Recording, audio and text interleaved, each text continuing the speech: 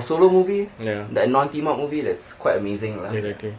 So we're in the run-up to Avengers Infinity War, but before then, there's a lot of stuff to talk about. Yeah, man. March has been a really good month for genre stuff. Mm-hmm. Some good, some bad, and some meh. We're gonna start. Some of it was meh. We're gonna start with like one of my personal favorite of the bunch that we're talking about this week. Like, I think it's gonna be our major story, which is Annihilation. Annihilation. Before we get into it, let me break down what Annihilation is. Annihilation is a psychological science fiction horror film. It's written and directed by Alex Garland. It's his second directorial feature after Ex Machina, but he's written movies like 28 Days Later, Never Let Me Go, Dread, and other stuff like that. It's based off of the novel of the same name by an author by the name of Jeff Vandermeer. The film stars Natalie Portman, Jennifer Jason Leigh, Gina Rodriguez, Tessa Thompson, who's everywhere, and a bunch of others, including Oscar Isaac. Yes. It's pretty much genre royalty at this moment. Yeah, he is. It follows a group of military scientists who enter something called the Shimmer, which is an extraterrestrial environment that landed on Earth. A mysterious quarantine zone full of mutating landscapes and creatures. I sort of didn't get a chance to finish it this month, but my co-host Hadi has actually watched it. What do you think of it? I liked it. Yeah? I was surprised that I liked it actually, because it was actually quite slow in the beginning. Yeah. When they were setting everything Were up. were you expecting Independence Day? In a bit lah. No, not really lah. They punch one of the creatures like, welcome to Earth, bitch! I don't know, I just felt, this is a bit plodding for like good half an hour. Did you feel the same way about other Alex Garland movies like Ex Machina and stuff like that? Yeah, Ex Machina also was particularly plodding in the beginning. Okay, yeah. But the action, the story did intensify quite a bit past that. Once they entered the Shimmer. Once they, like the memory loss that they were suffering from. Yeah, it all felt very disorienting. Yeah, you felt as disoriented as them lah. Yeah. The flashback sequences.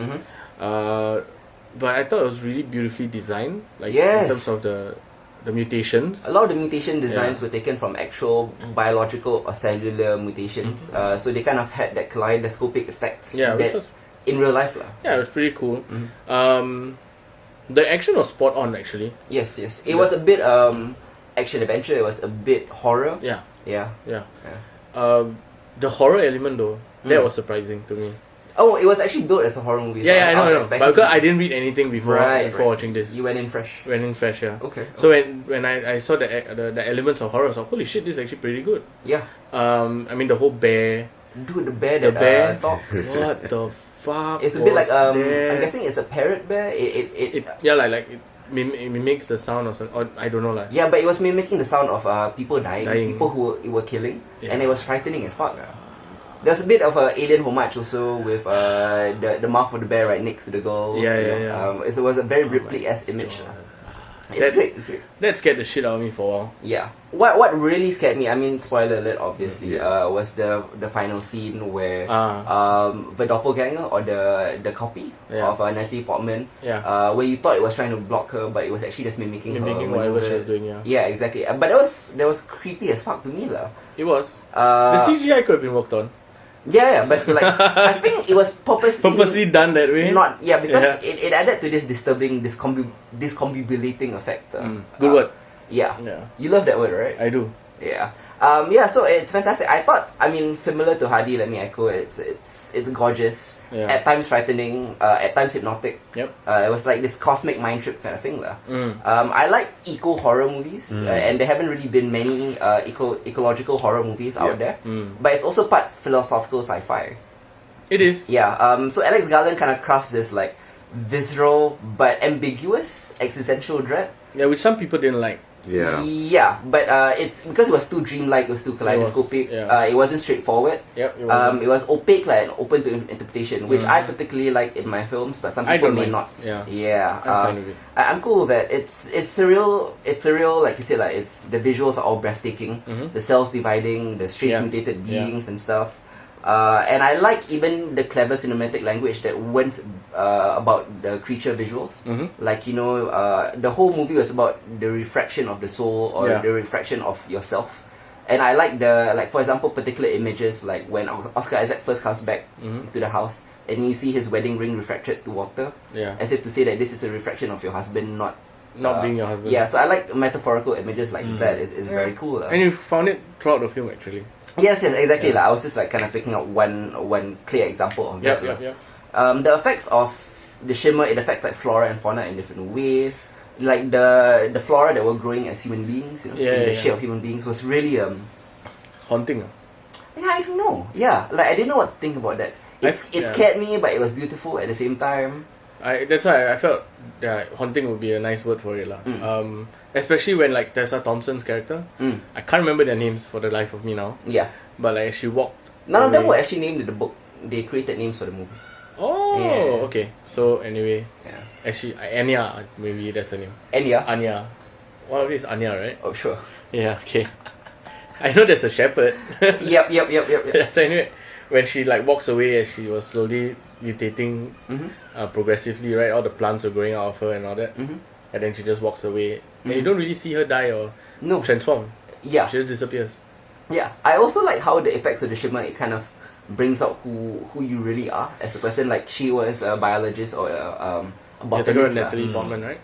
No, I'm talking about Tessa Thompson's character. Tessa so Thompson. Therefore she'll be attracted to becoming a plant, so to speak. Or Gina Rodriguez's character, who actually is the new Carmen Sandiego. Yes. She's voicing Carmen Sandiego in the cartoon on Netflix, and she's playing the live action movie. Crazy. Anyway, but she plays the complete opposite of Carmen Sandiego in this one. And I like how, but her fear and her trauma kind of brought out her more monstrous side, and she did become the monster by the end. She was the one who was tying the girls up. Everybody up. I like stuff like that. Let's talk about one of the aspects that has kind of divided the fan base or film buffs in general, was the fact that Paramount Pictures decided to not release this in cinemas overseas. Due to test screenings, they felt that the movie was too intellectual for audiences, based on I guess feedback that they got from focus groups and stuff. And seeing the box office in America or in Canada, it seems that they were right. They were. Yeah.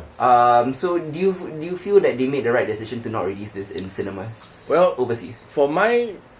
I felt that, looking through the catalogue of Netflix movies, the ones that they bought, like, Bright. Yeah. Bright is like nowhere close to Annihilation. Or Mute. Or Cloverfield Paradox. Oh my god, those are all bad sci-fi movies. Yep. So having Annihilation in their catalogue, right, it first increases the stock. Sure. I felt that they made the right choice in buying it.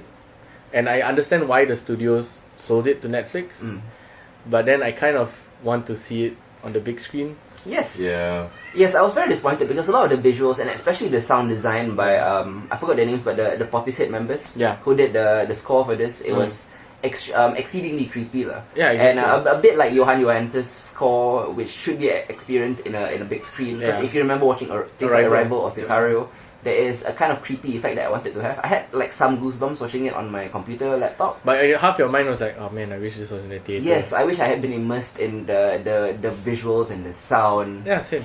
It seems like a very immersive movie. Like Alex Garland himself particularly, he isn't like Spielberg or Scorsese who hates streaming or who thinks that streaming movies shouldn't be competing in Cannes or stuff like that. He's the auteur of the time. Yeah, but Alex Garland, like he says that some of his favorite works of genre fiction, like The Handmaid's Tale and stuff, comes on streaming. But he doesn't have an issue with that. He just wishes that they had told him it was going to be released on Netflix. He was shot it differently because the aspect ratio is different and the cameras that he uses and stuff, which is a shame. It's a pro and a con because I feel like releasing on Netflix ensures that it gets more viewers than it would have in international waters. Then if you had released in cinemas, maybe a quarter of the audience would have seen I agree. it. But Netflix is so convenient, right? Yeah. But at the same time, also, I just on a purely selfish level, I can't stand that I didn't get to see it in a big screen. Yeah.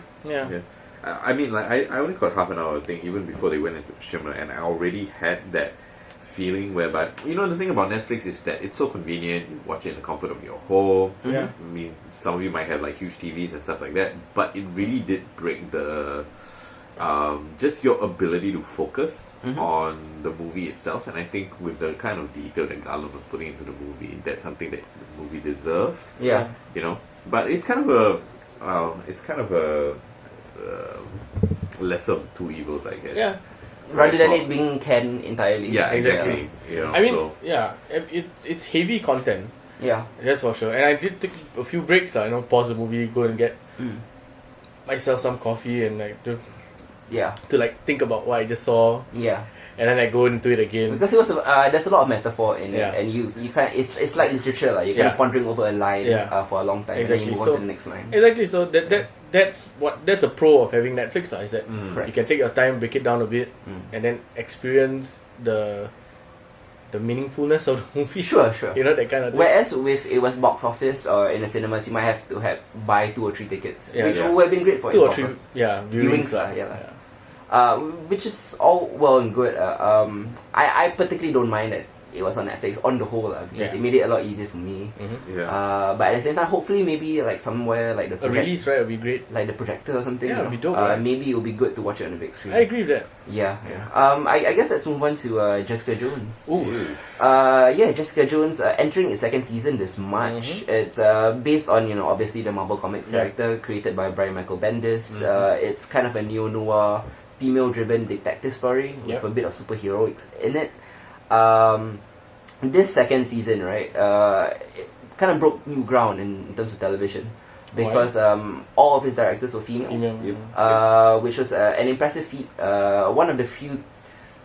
I guess a lot of people like to tout, oh, this movie is diverse, that movie is diverse, Yeah. but it's only a kind of a Yeah. lip service, Oh, sorry.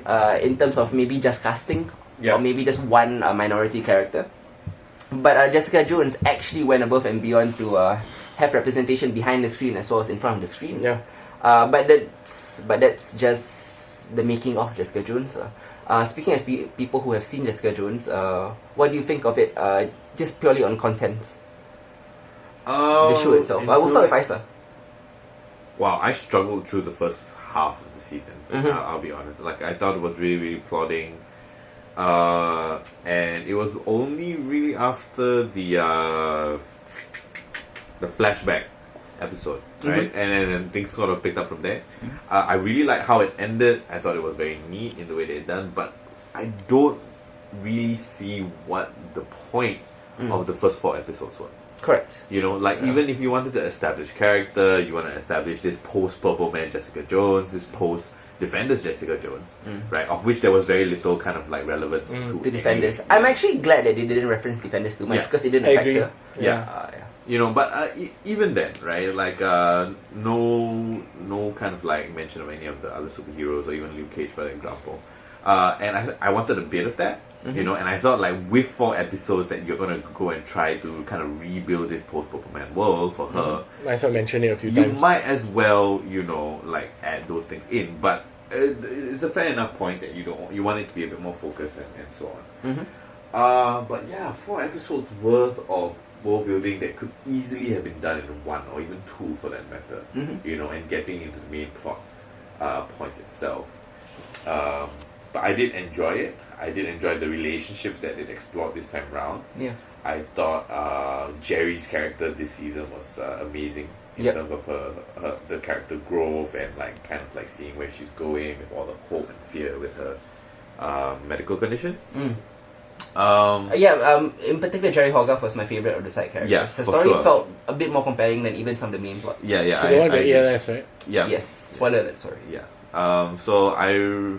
Is it really a spoiler? Not really, like Not you kind of really, discover it in the yeah, third episode. yeah. So I really did enjoy that. I felt like the supporting characters really did play a big role this season. But oh god, Trish Walker's character is so fucking annoying. Yeah, but unlike last season, I felt like this was on purpose. Yeah.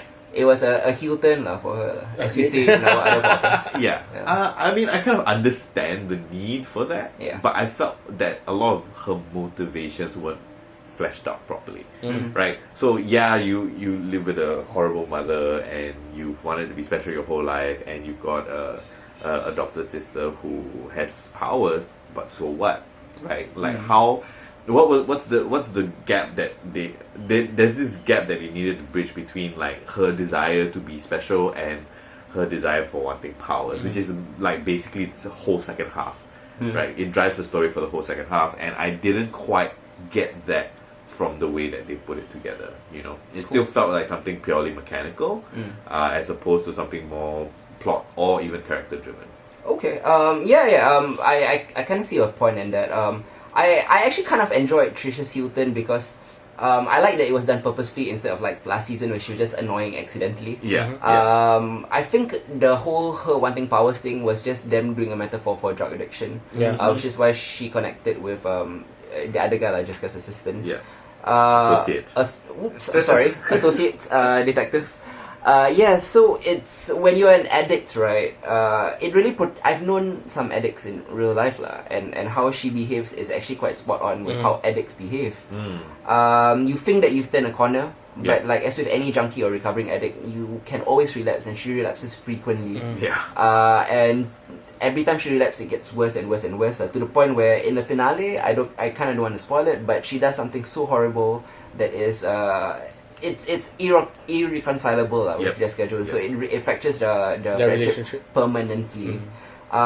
So I thought that was quite good. Speaking of villains, there was no one as enigmatic or as mysterious or as compelling as Kilgrave this season. But what they did do was replace David Tennant's character, Kilgrave, with a villain with more personal stakes, which is spoiler alert. Really villain? Antagonist. Okay. And I kind of don't want to spoil who Janet McTeer is, because Janet McTeer's character. It's a big reveal. It's a huge reveal. But once you find out who she is, and that was actually the moment that got me hooked. But the thing is, it came in the 6th or 7th episode. Exactly. So there was like 7 hours of my life until I got hooked. What's the payoff of it? Yes. Okay. I feel like, unlike other Marvel shows, Marvel Netflix shows to be specific, that start off hot. The first 2-3 episodes kick off with a bang and then they whimper. At least with Jessica Jones, the way it was paced was that the last 4 to 5 episodes were incredible. It picked up the pace tremendously. Indeed. And I've always personally felt that's how you should pace the show. But upon seeing Jessica Jones, maybe not. Because I feel like with something like Luke Cage, that was great for the first 4 episodes, and then the last 9 episodes were kind of shit. But at least you have the investment on the first 4 episodes, you care enough already. But with Jessica Jones, you stand the risk of losing your audience immediately, or at least within the first few hours, and then you won't see the payoff. I've had a couple of friends who dropped out in like episode 3 or episode 4 just because like nothing. I dropped out. No, I dropped out. I was busy but still, it's I wish it had come earlier. I wish they had spent more time on the second half, right? The ramp that they had for the last 4 episodes could have been spread out a bit more. I would have definitely wanted to see more of the relationships that Jessica is struggling with, and her trying to reconcile her loneliness, her isolation. I felt a lot of those things could have been given more time had they not been so plodding for the first 5 episodes or so. To talk about plus points, like you mentioned Jerry Hogarth, I thought her ALS diagnosis, her breakdown, the way that she took pride in what she had built in herself, and her response to being conned by a couple of people, was the con itself was a great story. The con itself was a great story. And I take a lot of pride in seeing cons coming, but I did not see that one coming. I thought her retaliation to that con was actually quite brilliant and very dark as well. And my heartbreak for her was palpable, and I wanted her to get one over on them, and she did. But when she did, I was like, she kind of lost her soul here. I mean, it puts her in this grey area, right? In terms of her featuring in the Marvel Netflix universe. Given that she's also involved with Rand, she's also involved with Jessica, and you saw a bit of who was Daredevil's partner, Foggy came in like for a couple of minutes in one episode. Which is great, and like she's deeply involved with the Defenders stuff that's going on, and of course eventually she will be leading the Defenders kind of like legal side of things, right? But you would think that the lawyer in the Defenders would do that, but no. He needs to fight, bro. He needs to fight. Exactly. So it's pretty good. I would still recommend Jessica Jones. Just a fair warning that you do need to brave. There is a fair amount of investment you have to put in before you start paying off. But I do have to say that if you stick around with it, the payoff is quite handsome. So highly recommended? It's just recommended. It's It's recommended. recommended. And if you do drop out within the first 6 episodes, I understand and I don't blame you. Okay. But if you do stick it through, Hadi has seen the first half. Yeah. But speaking to Hadi lah, and for all of you who have only like made it halfway or struggling through it, Keep at it. Keep at it lah. If it's worth it lah in the end. Yeah, Like, it the payoff is, is it worth is. it lah. I did want to speak about how this Marvel Netflix shows kind of have the burden of serialization on them. Yep. Yeah. A lot of TV shows have forgotten, especially in the premium cable era or the streaming era, have forgotten how to do episodic television. And if you want to do 13 episodes of Jessica Jones, it doesn't entirely need to be about this one plot lah, to be entirely serialized. I feel that, specifically with her job as a PI, it could have led to a lot of A bit of procedural kind of thing. maybe not everything procedural, but at least 4 or 5 of those episodes could have been one-off cases. Yeah. Like, for example, I don't know, Luke Cage, this kid in Harlem went missing, can you help me like find him? And that could be one episode. Yeah, Or like Danny Rand is like, somebody's been investing money for my company, can you help me like figure it out who it is? And then at least it gives you some small mini bits of enjoyment amongst the slog lah. Yeah. Yeah. Okay, I get that. A nice capsule of a story. There was some hints of that being a good possibility, especially like in the sequence where she's just like interviewing for jobs, right? Yeah. Yeah, and I wanted them to take it in that direction, but Yeah. like clearly it was just a One small touch. segue into the bigger part of the story. Yeah.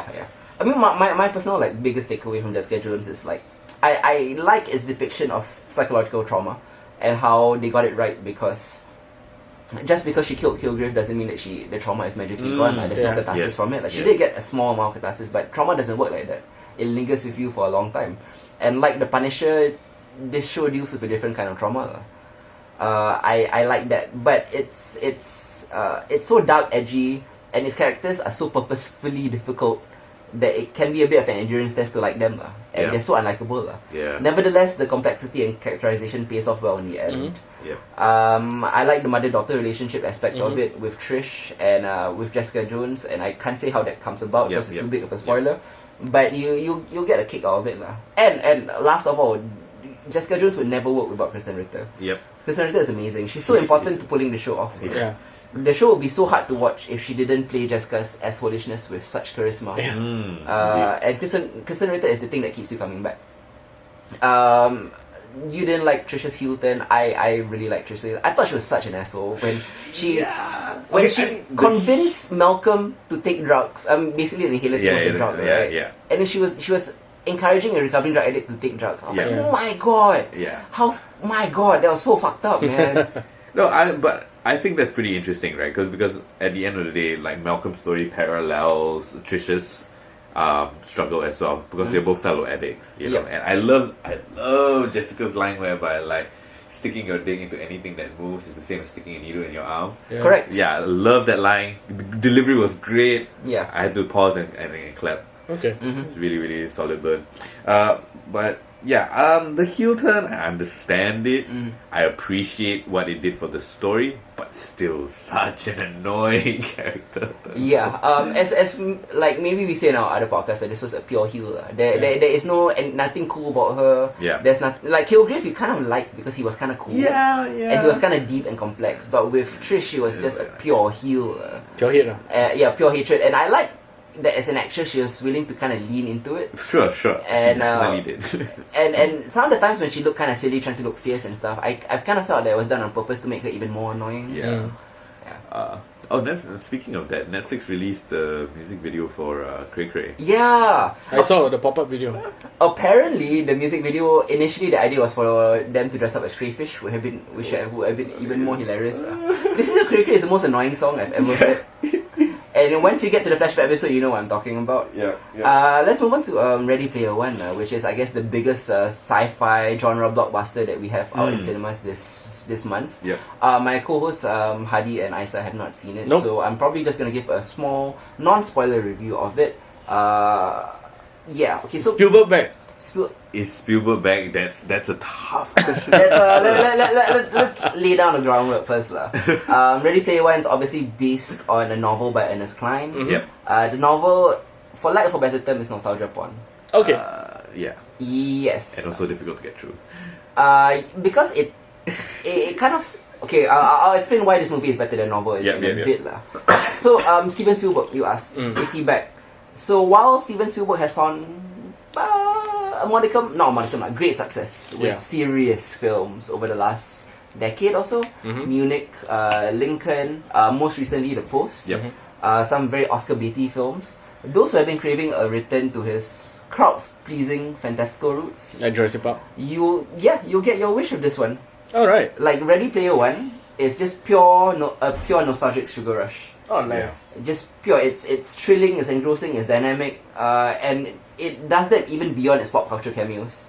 But don't get me wrong lah. It's not a bad thing. It's a celebration of pop culture and shared experiences. Your appetite for that may vary, but I personally got a kick out of it lah. It's a sugar rush. I loved it. It was a rollicking adventure that kind of stays true to the spirit and magic of Ernest Cline's bestseller, but isn't a straight adaptation. The timeline is switched up. Some stuff is wholly invented, and other stuff is condensed. But I don't mind But fans of the book might. Yeah. I personally wasn't that big of a fan of the book, so I felt that Spielberg did a lot to improve upon a novel that could have been unfilmable or was too wrapped up in its own nostalgia. Okay. Yeah. There was even a sequence inside, and I'm gonna say that this is gonna end up being my favorite sequence of all time in 2018 at least. Okay. There's a sequence where basically they entered The Shining. Okay. It was a shot by shot recreation of The The Shining. Shining. And it's my favorite sequence. It's amazing. It kind of also alludes to how Stephen King hates Shining, the Shining, movie, because Kubrick changed details. Yeah. Yeah. And kind of Steven Spielberg is doing that as an allegory about how he changed this book. Yeah. So it not only functions as a love letter to a horror movie Yeah. and to the 80s, but and also as a criticism of himself. It's very meta in that way. Wow. And this movie has multiple levels of meta. Okay. Yeah, Spielberg is a master manipulator of emotion, and some of you may think that's a bad thing, but I think emotion manipulation is just good writing. Yeah. You're supposed to manipulate emotion, and Spielberg does that very well. The way he manipulates emotions, though, isn't nuanced, but it's got them effective in its broad strokes. He makes me feel like a child again. Okay. You brought up Jurassic Park. This I hate the term movie magic because it seems so corny. Yeah. But this really feels like movie magic. Like I felt like I was 10 watching Jurassic Park in the cinema again. I was swept up in the wonder, and it's thrilling, it's engrossing. It isn't deep or anything. Like it isn't nuanced. There isn't like it isn't like Annihilation where you have to pause and then like have a sip of coffee and think Contemplate. the gravity of the situation. But it's great big screen popcorn fun. All right. Admittedly, it's a bit too long. Oh. It lacks subtlety in its message, which although was good, was a bit heavy-handed. Okay. It made me roll my eyes towards the end a bit. It's just too black and white lah. Okay. But that's fine to me. It is nostalgia porn. It doesn't pretend to be anything else. Okay. But what I loved was that they never stopped to gawk at the references. If you caught it, good. If not, move on. And the story is good enough that you don't need to catch all the references. You don't need to see, oh my god, that's Serenity from Firefly. Oh my god, that's the Jurassic Park Tyrannosaurus Rex.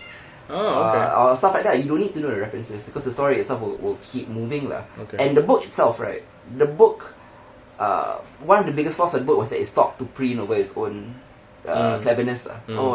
Look at this. This is the Knight Rider. Look at that. That is Kid, and stuff like that lah. The movie never stops. That I like. I thought the acting was just so-so.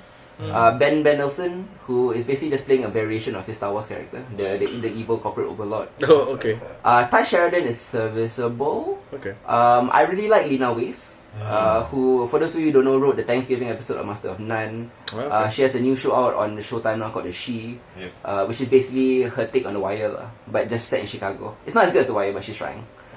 She's a fantastic writer, and I thought she almost plays like a Kevin Hart, Eddie Murphy kind of role here. Okay. But I'm glad that it's given to a female black protagonist instead of just hiring Kevin Hart, Yeah. Yes. That's fantastic. Favorite character is Olivia Cooke's character. Okay. My only little problem was she's supposed to be ugly lah. Like, because like you're in a simulation, this avatar simulation in virtual reality, so she meets Ty Sheridan's character, and Ty Sheridan's character falls in love with her avatar. But she's saying like, this is not really me. You don't know anything about me. I'm only representing what I want to be represented. The best aspects of myself. Like once you meet me in real life, you might not like what you see. Blah blah blah. So they kind of made a big deal about how she's like unlikable or ugly or whatever. But then like when you meet her in real life, right, she's Olivia Cooke with just like this small red birthmark on her eye. and then that's supposed to represent about how ugly she is, but she looks fucking hot as shit. Hollywood, ma? Yeah, I was like, I don't understand how that makes you ugly, sir. Yeah, okay. Yeah, so this is a quote unquote Hollywood ugly, Okay. Yeah, very nice. if Oliver, Oh, that made me roll my eyes. yes, it did. It made me roll my eyes as well. If Olivia Cook was uglier, what the hell? What the hell are we? Yeah, what hope do the rest of us have? It's so fucking sad. Damn, son. Yeah, but in the end, like I really want to re-watch this movie. So I mean, if you guys are watching, Yeah, let's watch it together again. Yeah, we'll definitely catch it. It's a fun show, right? But as I did mention, there are its flaws, lah. Okay. There are some noticeable flaws, and you can't think too much about it because there are some plot holes in there. Alright. But at the same time, it's just Spielberg at his 80s best, lah. Oof. crowd pleasing best. Not that good, but Yeah. he kind of recaptures some of that magic, lah. Alright, brilliant. Yeah, brilliant. Let's move on to a show that we all kind of really like. Which is? Agents of S.H.I.E.L.D. 100 episodes. Wow, 1,000 Thousands, episodes, yeah. Fuh, how long has it been? If That's 20 over years. yes, this isn't Days of Our Lives, or Raw. Yeah, alright. Yeah. So anyway, we were talking about Jessica Jones earlier, about Marvel Television. We've covered Runaways before. Yep. And we've also spoken about Agents of S.H.I.E.L.D. before in our very first episode. Mm-hmm. And am I the only one Who is caught up? has caught up with? Yeah, you're the one that caught up. All right, I guess I'll fill you in lah. Fill us in. What has been happening? But I am going to say, for those of you who are not watching Agents of S.H.I.E.L.D., and I know a lot of you aren't. Please. Yeah, please watch it because a lot of you are on the the Netflix hype train. Let's watch the Punisher, the Jessica Jones, the Luke Cage, or dude, Runaways, a prestige drama on Hulu. Fuck that shit, man. Comes back to network television. Agents of S.H.I.E.L.D. is the shit. It is literally the best superhero show ever. Okay. When I watch it on Saturday mornings in Singapore, because I mean it airs on Friday night. Yeah. Whenever I watch every episode of Agents of S.H.I.E.L.D., right, I keep thinking, why the fuck am I watching the CW shows? Like the CW DC shows are nothing close to this level of storytelling. Okay. And it's so fast paced. We're talking about how Jessica Jones drags, right? Like one episode of Agents of S.H.I.E.L.D. has more plot development than 2 seasons of Jessica Jones. And you keep thinking they're gonna keep running out of steam, but the pace keeps getting faster and faster and faster. Wow. And I think to me it's the threat of cancellation. Yeah. Because they're always on the bubble, so they're always like, let's cram in as much before we get the plot. So Disney kind of blocked ABC from cancelling them, right? Yeah, but they can only do it for so long. Yeah. Who knows what will happen after this season, Okay. So they're trying to cram multiple seasons worth of story into one season. Okay. And because of that, there's never a slog, there's never a dull moment. It's like, oh shit, this is happening, that's happening. Just in case this is going to be spoiler heavy. I'm trying to keep it as spoiler light as possible. Yeah, but just in case, spoiler alert lah. Huh? It is 100th episode in. You have to spoil. Because I really want to know. Yeah. Because the last few episodes that I've watched, they went to the future. Correct. Earth was destroyed. Correct. Supposedly by Daisy. Supposedly by Daisy. Mm-hmm. They were the Kree had taken over. Cassius and his sidekick Sinara, who is a great villain. Yes. That was ish where I stopped. Okay. What's been happening since then? Right, as Hardy mentioned, the first half of season 5 is spent dealing with a lot of time travel loopiness. Yeah. A lot of complex time travel theories. Which I thought they did it quite well. I actually had to write down because apparently this is their 1000th loop or something. They've been traveling to the past trying to stop the thing, or traveling to the future trying to stop it, and traveling back to the past. Yeah. And they keep going in this infinite loop, and they've never been able to stop the apocalypse. Okay. But this is the one time I'm sure they will find a way to break the loop. Therefore the season lah. Therefore the season exactly lah. So I like the whole post-apocalyptic world building at first, the space station, the lighthouse. Yep. I like the fascist inhuman trafficking Kree. It keeps the story very busy, and it gives you a tangible villain to fight against, even as you're dealing with this big metaphysical things. I also like how the show has a lot of reference to its internal legacy. Okay. There's a lot of callbacks, for example. Like the person who foretold the future and sent them to the future was the Inhuman Robin, who you met in season 2. Okay. The daughter of the guy who touches you and could see how you die. The episode of Daisy, it was his daughter that is the one who foresaw this. So I like that. I didn't expect that character to come back. Okay. You meet her as a young girl and as an old woman in the future as well. Cassius, as I mentioned, ended up being a really, really cool antagonist. And I even kind of sort of rooted for him towards the end of his arc. Because he became really, okay, he wasn't good, but they introduced his dick brother, who's just such an asshole that I was like, Yeah, I think I like Cassius like Better. in comparison to this lah. Yeah. It's almost as if Trish from Jessica Jones was his brother. Okay. And I'm like, yeah, fucking kill him, Cassius. I'm rooting for you now.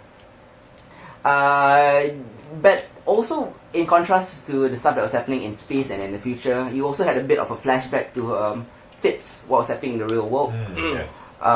So the Fitz Spotlight episode gave us the return of Hunter. You know, he hasn't been seen in 2 seasons, I think. In a while, yeah. Yeah, I was hoping Bobby would come back, but she's busy on the Orville, so I guess, you know, No, that's fine. she can't do it. And it also introduced a great new real-world villain called General Hill. Oh, Yeah, who is a ruthless antagonist that is earthbound. So it kind of makes it feel more tangible in the present day. It feels like a more present threat, lah. Okay. Yeah. Then this is what Fitz has to deal with, lah. deal with before he goes into the future. Into the future. Okay. And how he goes into the future is the old-fashioned way, lah. Like he doesn't time travel into the future. He He- enters cryogenic stasis and he wakes himself up in 90 years. Shit. Yeah, yeah. Damn. And then to infiltrate the Kree are kind of breeding Inhumans and Oh. and selling them to other races As or warriors and factions shit, as huh? warriors. Yeah, lah, exactly. Mm. And what I most loved about how Fitz got into with the Kree was that he used his framework Fitz persona.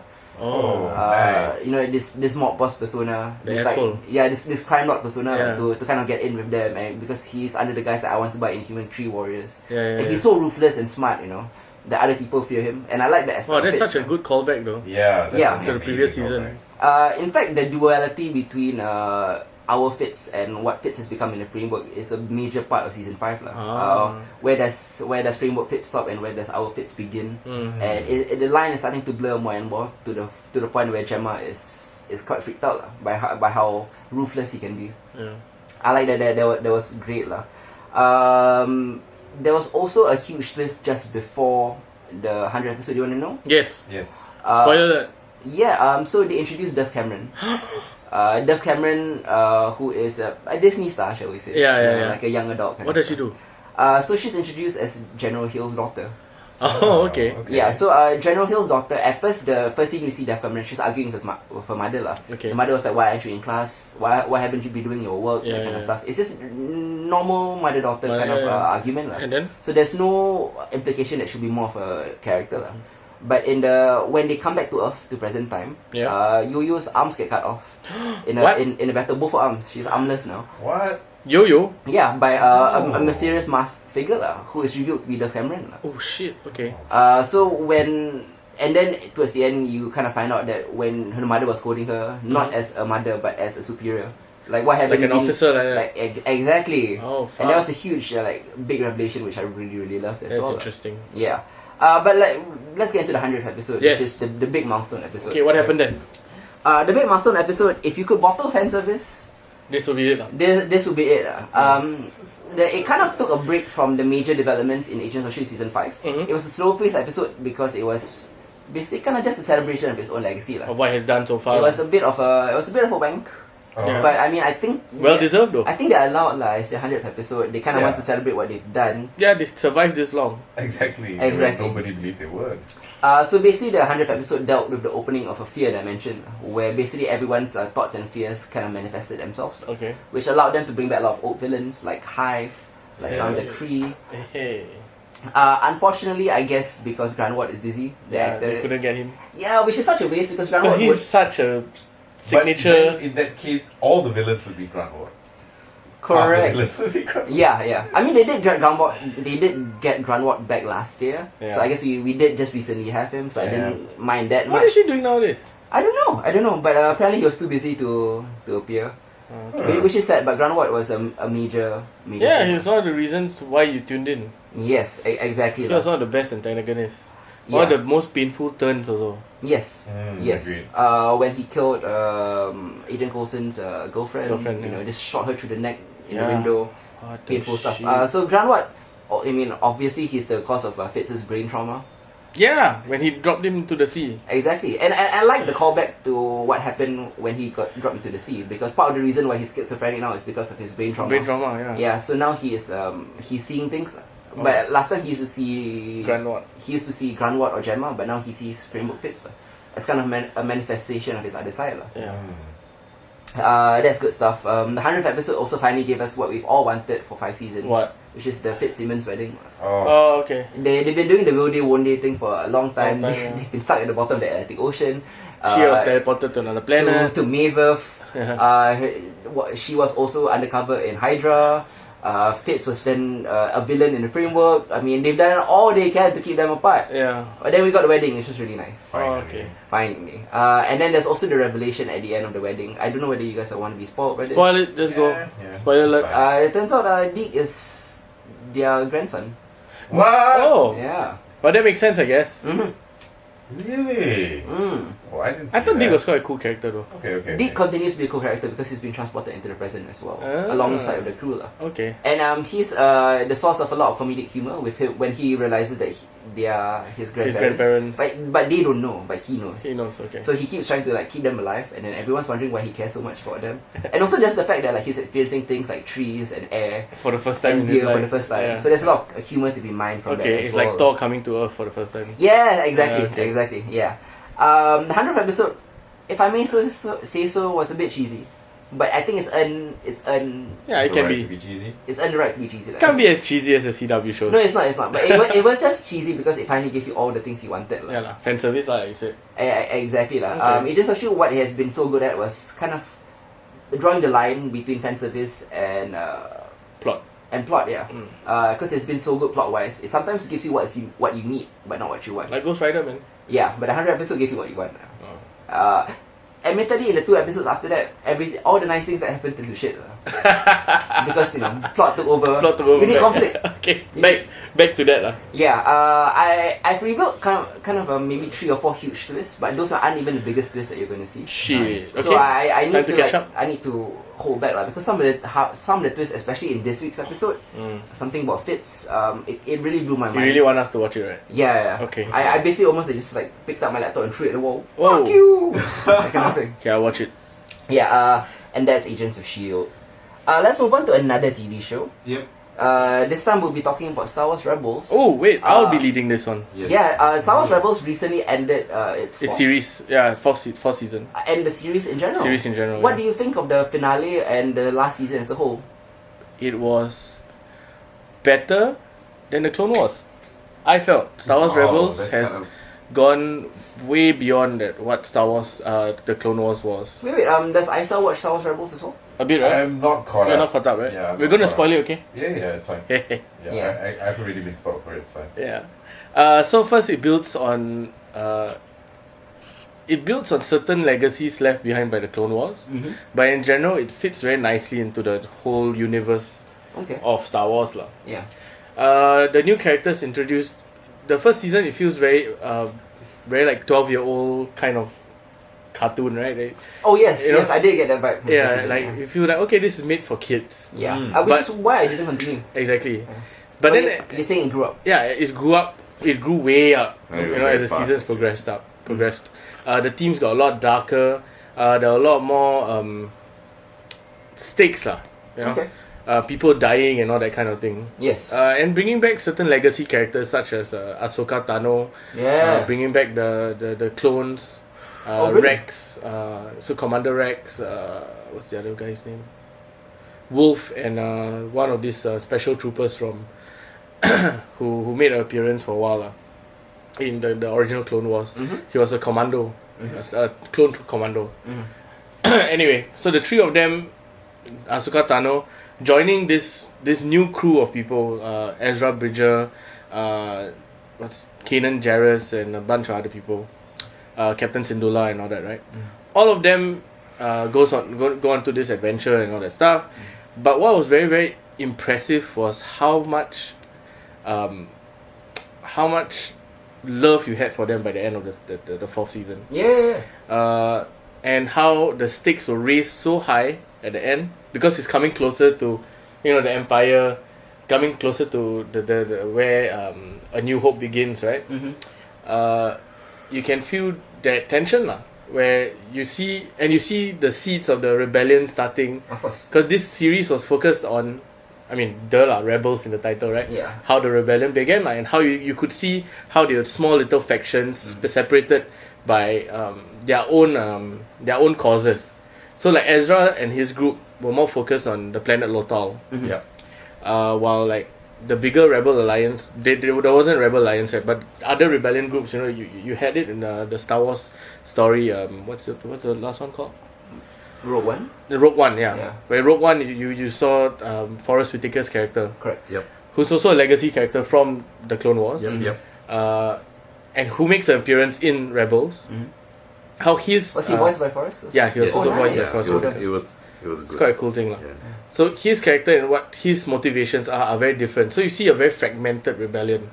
Which makes a total of a lot Total of makes sense. sense, right? Total Because makes it's very real world in a sense that like a lot of maybe let's say rebellion groups or terrorist groups, a lot of the different factions within that group have different agendas. Exactly. Yeah. Same thing. I mean, I feel that the start of this rebellion or this series where they focus on how the rebellion begins, you can harken it back to like the American Revolution in a way.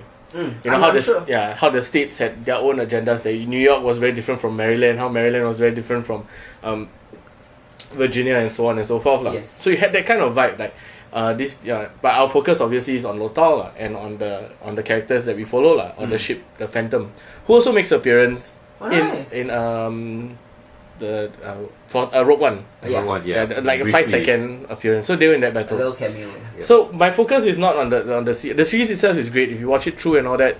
There's a lot of like how the Last Jedi totally took away the meaning of being a Skywalker. Or like, Yes. like It's not, a I bit wouldn't. of a deconstruction of his Yeah, legacy. right? Yeah. This kind of goes in the direction of you didn't really hear much about the Force in the new movie, right? Correct, yeah. Right. It was more of like moving on kind of thing. Mm. So in this, we pay homage to it. We go back to we in fact have time travel. That was one of the biggest things that happened in Star Wars I heard about Rebels, that, yeah. was the time traveling. Because it's never been introduced, at least in the movie canon. Exactly. Yeah. So to have that, and this is official, Rebels is considered canon. Yeah. Yep. So it adds an interesting twist to the Force itself, to understanding what the Force is. Because he does change time in a bit, because he does remove Asuka Tano from a dire situation. She was supposed to die there, but because of him, she's alive. Yep. Anyway, don't need to get into the nitty-gritty of time travel because that will be a whole other episode. I mean, we will need a whole episode to talk about it. Correct. But what was impressive was the last episode where, Satisfying wrap-up? in a way, first they killed off two of the main characters. Spoiler alert, sorry. Yeah. Yeah.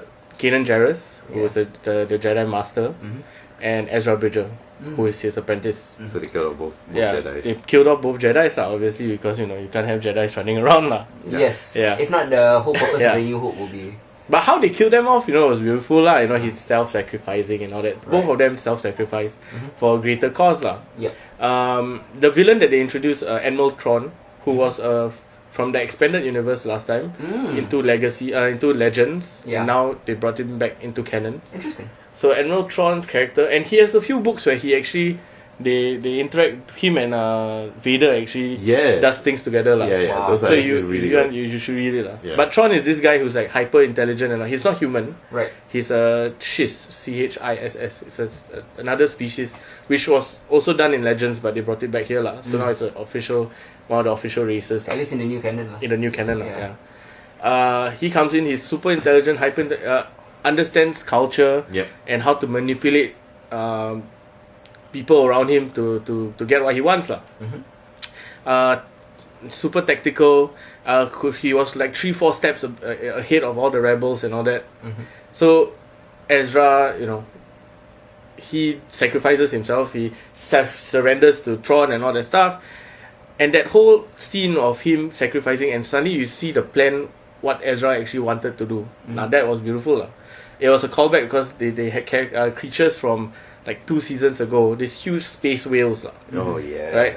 Coming in to actually destroy the entire blockade. Right. And these space whales can go to hyperspeed. Don't ask how. Wow. That's how they travel. Okay. So yeah, basically all the space whales came in, grabbed the ship, and they hyperspeed out of Lothal. How do these creatures breathe in space? I told you don't ask, right? Okay. How would I know? I don't know. But at the end, Ezra sacrifices her. He hyperspace into nowhere, lah. Right. So he kills Tron, the entire blockade, and and saves Lothal. Sweet. Lothal is also a site, ancient Jedi site, that sort of thing. Okay. So there's a lot of that backstory that we always talk about. So that it adds what the movies couldn't add. It adds the history of the Jedi a bit more. Sure. If you're into that kind of thing. Yeah. A lot of Star Wars fans are. Exactly. But I would say most of them, that's part of the backlash against The Last Jedi. It adds history also to the Empire, why it's so powerful, and how it can be so encompassing. Yeah. And the history of the rebellion, which is important, because A New Hope is already the Rebel Alliance. Correct. Right? Yeah. So how it adds to what Rogue One tried to do also. But at the same time, it's more of a bridge. It's a bridge. Yeah. So everything now makes more sense. And that's the same thing that happened for Clone Wars. Clone Wars also made the prequels palatable. It retroactively improved upon the garbage prequels. Exactly. Yeah. So, which shouldn't be the way, you know? So anyway, the last scene of the series took place post Return of the Jedi. So that means they really fought the battle of Endor. Yeah. And they were basically Ahsoka Tano still alive. So there's that one Jedi that's been running around. Yeah. So why she's never been in the movies? She's not a Jedi, but she does. She does explain that she wants to be in the shadows, not in the forefront. I kind of mean that more in a sense that of her popularity. Because she's so popular, they should have already included her in the past two movies, right? Yeah. She most probably. There's a chance that she'll come in. Yeah, later maybe. on. Yeah. She must be quite old by now, lah. Yes. Yeah.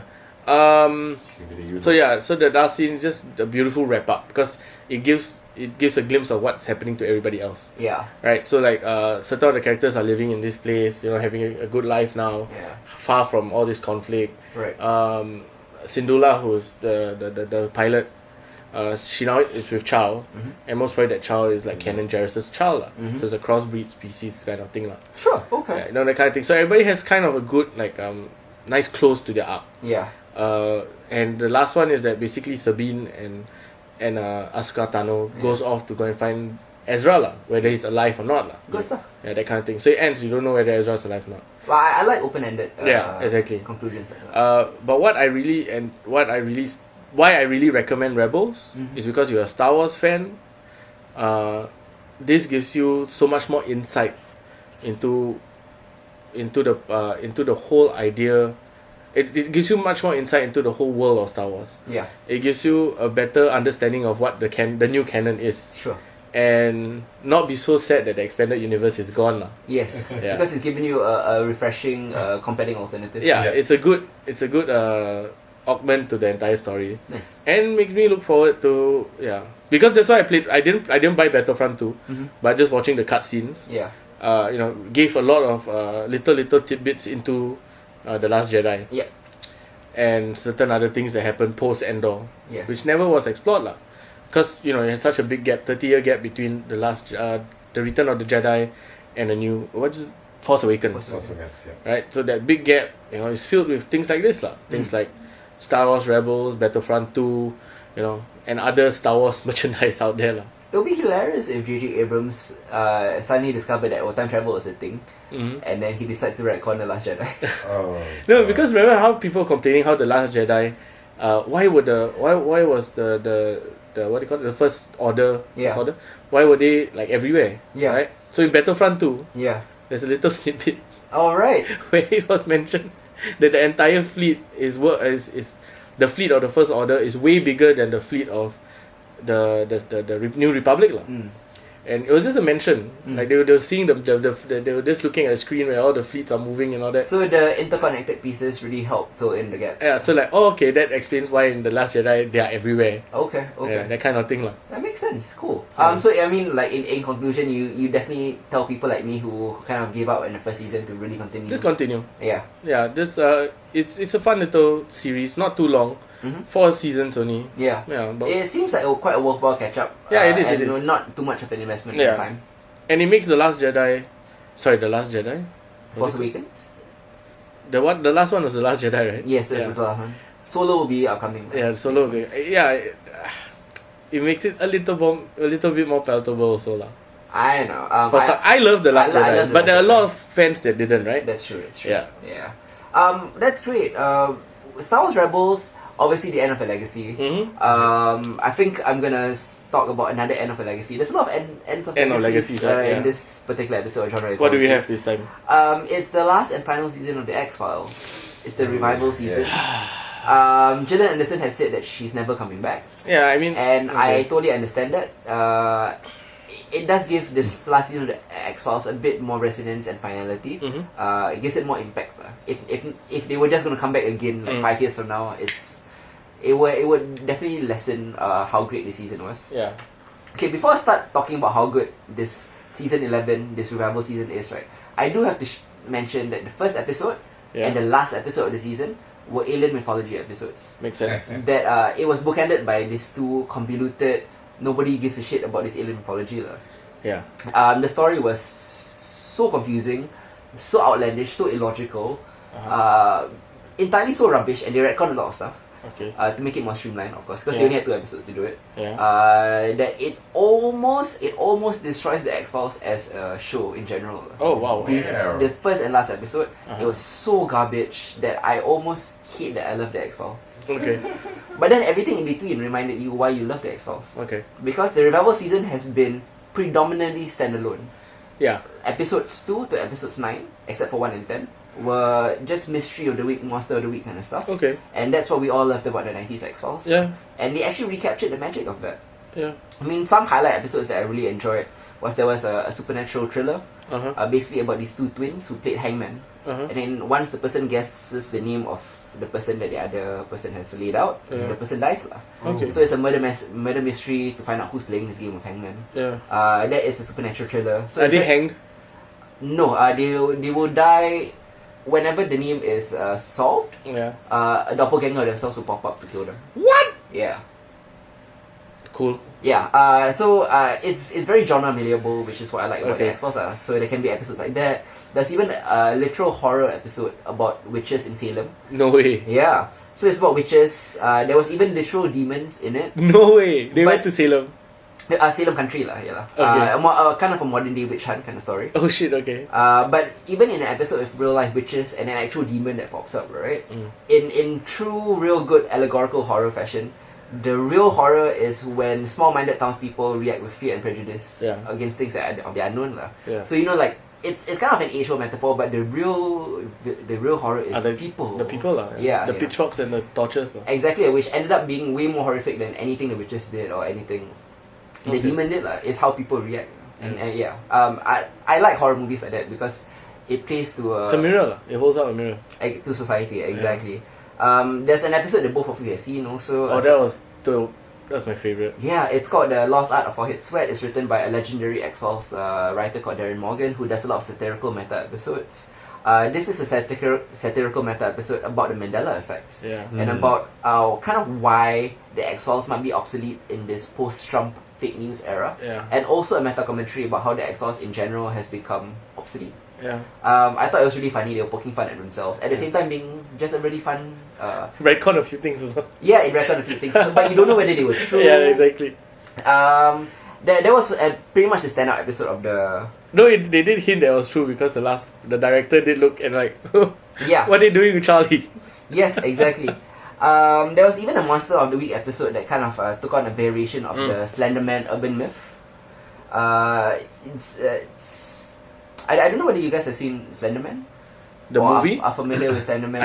The mythology, yeah. Yeah, so basically they kind of took on the Slenderman myth by creating a new monster lah. Okay. 2 girls went on a boat, then they stabbed each other, but what the girls saw was a monster lah, the Slenderman myth. Oh, okay. So it was just this Monster of the Week thing, modern sekali investigate, and then it turns out that the Monster of the Week was their son. What? Yeah, the one that they gave up for adoption. Because he has alien DNA, so he has powers, so he can project fears onto other people. Oh, so that's why people have been killing each other. So it was a nice Monster of the Week story that kind of diverted into a mythology episode, the only mythology episode that I liked. Okay. Because it stopped being Monster of the Week story halfway, when suddenly the They Department of realized it was... their son, and then the Department of Defense showed up to try to arrest him, and then they were instead protecting the monster instead of trying to arrest him.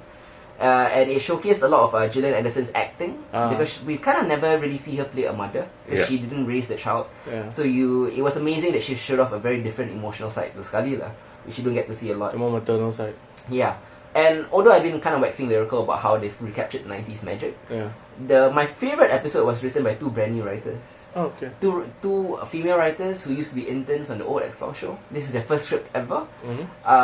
And it's weird that the most forward-thinking, relevant episode of the X-Files came from a bunch of newbies, when all the veteran writers are writing episodes about, remember this, remember that. Can't make sense, what? Yeah. But this was an episode about a sentient, artificially intelligent sushi restaurant Oh, fucking love that. That, Great episode.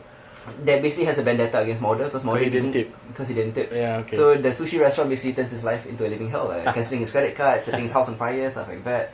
So it's basically him trying to defeat the sushi restaurant. Yeah. And it's the only episode of the season where it made me think, wow, there's more to the X-Files than nostalgia. Yeah. They don't necessarily need to recapture horror episodes or thriller episodes or detective stories or monster stories. They can actually do something forward-thinking. Yeah. And it came from these two new writers. And it's so sad because it came towards the end of the season. I'm like, wow, the X-Files kind of has legs if they just Did that, lah. give new writers a shot at this. Because of how malleable the X-Files are. Mm-hmm. One of my other favorite episodes, the second to last episode, it's the perfect finale for the show. Mm-hmm. It should have ended with that. But unfortunately, they had to end with the Alien Mythology season. Okay. It's a very, very gory episode. I've never seen an episode of the X-Files this gory, except for maybe the season 4 episode Home, the incestuous cabin monsters thing. That was scary. Yeah, but this had a super interesting twist on vampires. It's called Nothing Lasts Forever. It's basically Mulder and Scully confronting an old movie star from the 40s. Who is Still alive? Exactly. She's still young, still vibrant. What? But she uses medical technology, basically blood transplants and organ transplants from unwilling victims. So like modern vampirism. Modern vampirism, exactly. But the story basically metaphorically is about this old movie actress coming to terms with her own mortality. Okay. And the fact that she's obsolete in this modern day. Once again, the X-Files providing a meta commentary on itself. It also forces Mulder and Scully to kind of address their own age and the finiteness of their own story. That their story is coming to an end, much like this old movie star who is still clinging on to their glory days. Okay. Great stuff. David Duchovny and Gillian Anderson's final scene, which is like rife with history and chemistry and love. It provided me the emotional closure I needed from the X-Files. Mm-hmm. Something that was immediately undone by the actual finale. So I guess if you skip the first and last episode, this was a great season of the X-Files. Okay. If you were to add in the first and last episode, it would be a mediocre season of the X-Files. Let's say you have to average out the scores, right? Mm-hmm. So most of the episodes were 8 out of 10, 7 out of 10, 10 out of 10. Yeah. But the last two episodes were 0 out of 10. I would even say minus 100 out of 10. Wow. Yeah. I need to watch this. They are so spectacularly bad that you might just want to watch it Yeah. for how bad it is. how much of a shit show it is. Okay. Yeah. We'll be moving on. Okay. And for those of you wondering why I used John Williams' Superman theme to introduce this episode, it's because it's the 80th anniversary of Superman this He's month. 80 years old. He's 80 years old, can you imagine? Old motherfucker. Not only is it the 80th anniversary of Superman, it's also the 1000th issue of Action Comics. Nice. Famously where Superman debuted. Yeah. So obviously Action Comics 1000 and Mhm. Superman's 80th anniversary is going to coincide into this big kind of collection, superstar collection of writers and authors and essayists and artists to kind of do their own take on Superman. Yeah. So various mini stories of Superman in Action Comics 1000. So we thought, I mean, since we are genre equality, Yeah. and Superman is the OG of Yeah. superheroes, I think that's quite indisputable. Yeah. Let's talk a little bit about the legacy, symbolism, and impact on popular culture that Superman has had. He is, in my opinion, the greatest of 20th century myth making. Yes. Yeah. He is almost like the new Greek god. He's a new Hercules lah. Basically, I think Superman will be one of those things that 1,000 years from now, people will look back at this as one of the finest examples of modern day myth making. Or I guess historical myth making if you are talking 1,000 years from now. Yeah. I mean, Superman was obviously kind of a messianic figure, Yeah.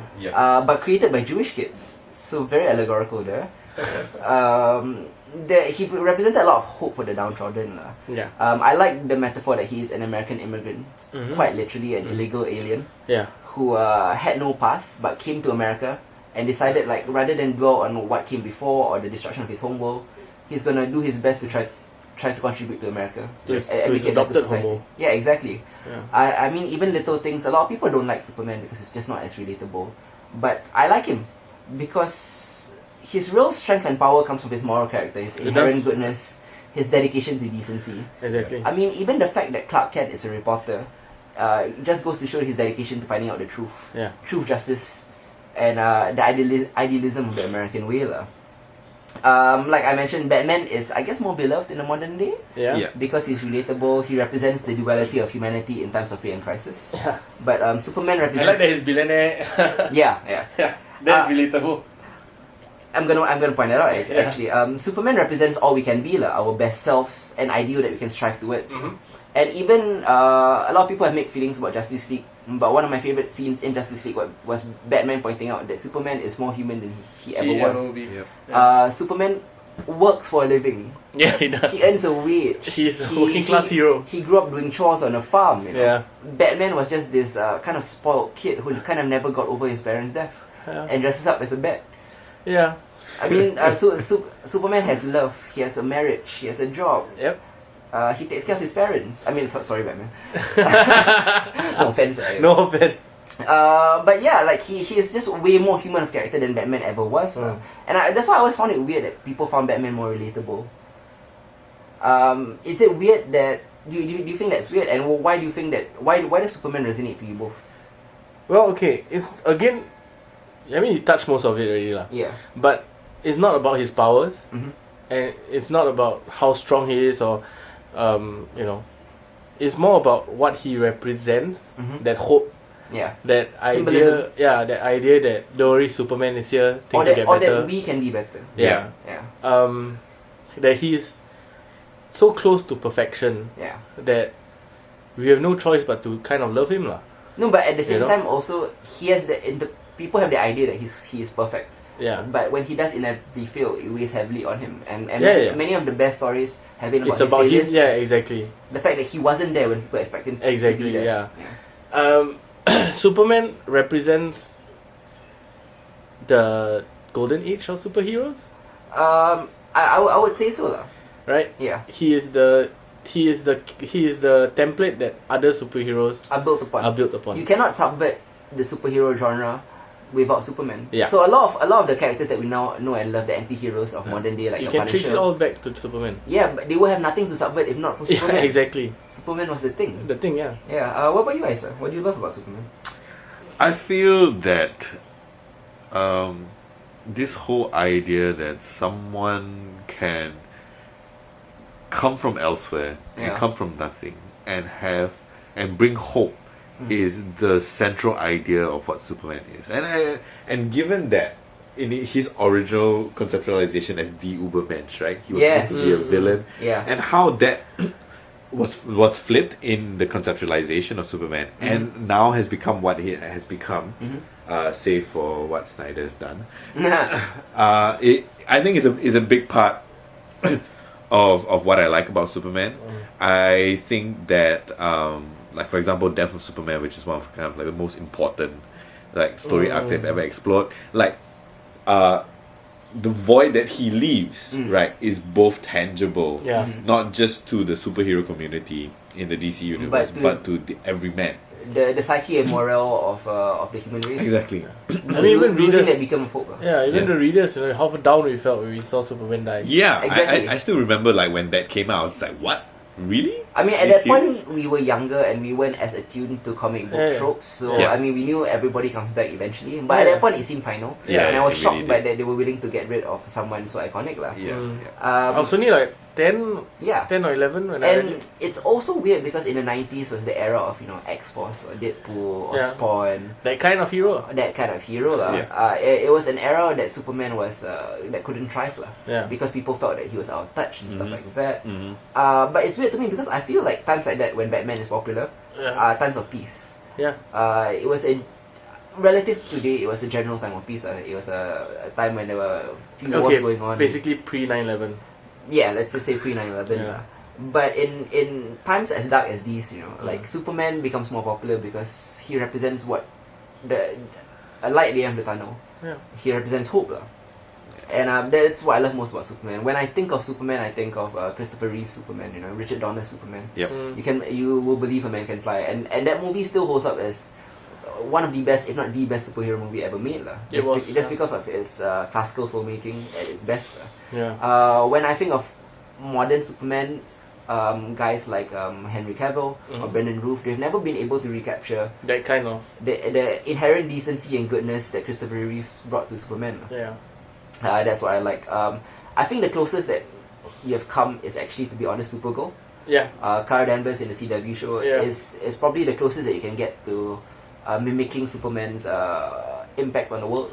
Yeah. And that's what Supergirl represents on the CW show. It does. And that's what I love most about it. What are your favorite Superman stories? What's yours? You start first. I'll start first? Okay. So, you can kind of tell thematically about what I love about Superman is that I like his inherent goodness. I like that he doesn't kowtow to like trendy stuff, like let's be an anti-hero, let's carry a gun and shoot people in the head. So my favorite story from Superman is something called What's So Funny About Truth, Justice, and American Way. It's written by Joe Kelly, and it was Action Comics 775.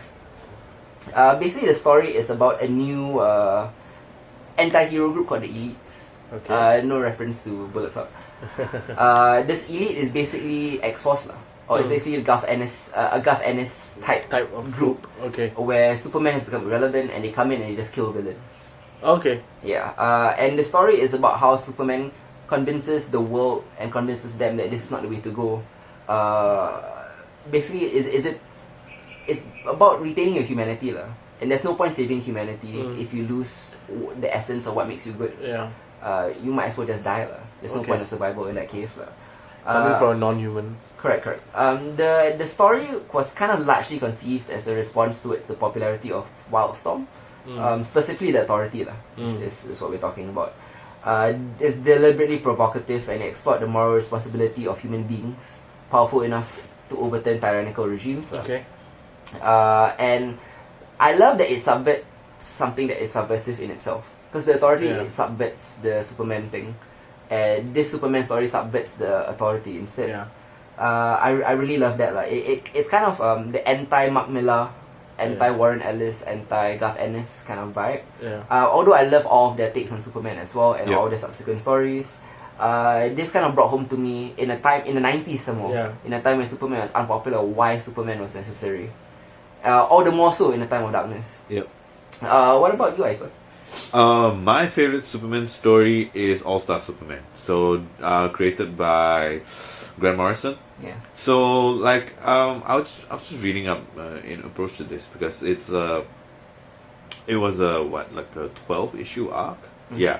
So it was a 12-issue arc, and Morrison basically said, like he was tired of redoing origin stories, and he wanted something for that time at least, right, to kind of update and rehaul and refit.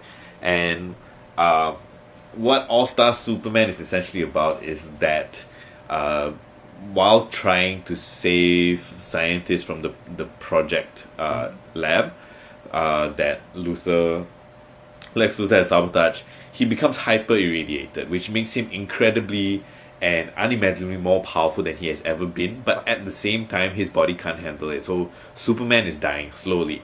He kind of has radiation cancer. Yeah, he has radiation cancer, which is kind of interesting that because he's now so powerful, he's able to do so many more things that he even Superman couldn't do before. Yes. And he pulls off these impossible feats, but all with the knowledge that he is slowly dying, known only to himself and to Luthor. Yeah. Right at this point in time, the whole story. Okay, what's interesting about the story is this idea that he creates a serum that allows him to share his power with Lois Lane, right?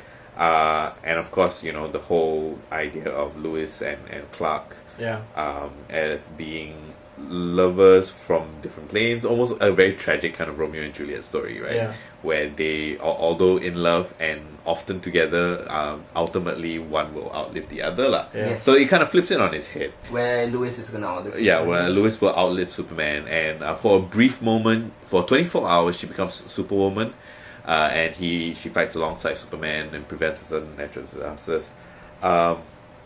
What is most touching for me is that Luthor eventually discovers the serum that will give him the same powers as Superman, right? And in an odd twist of fate, in trying to stop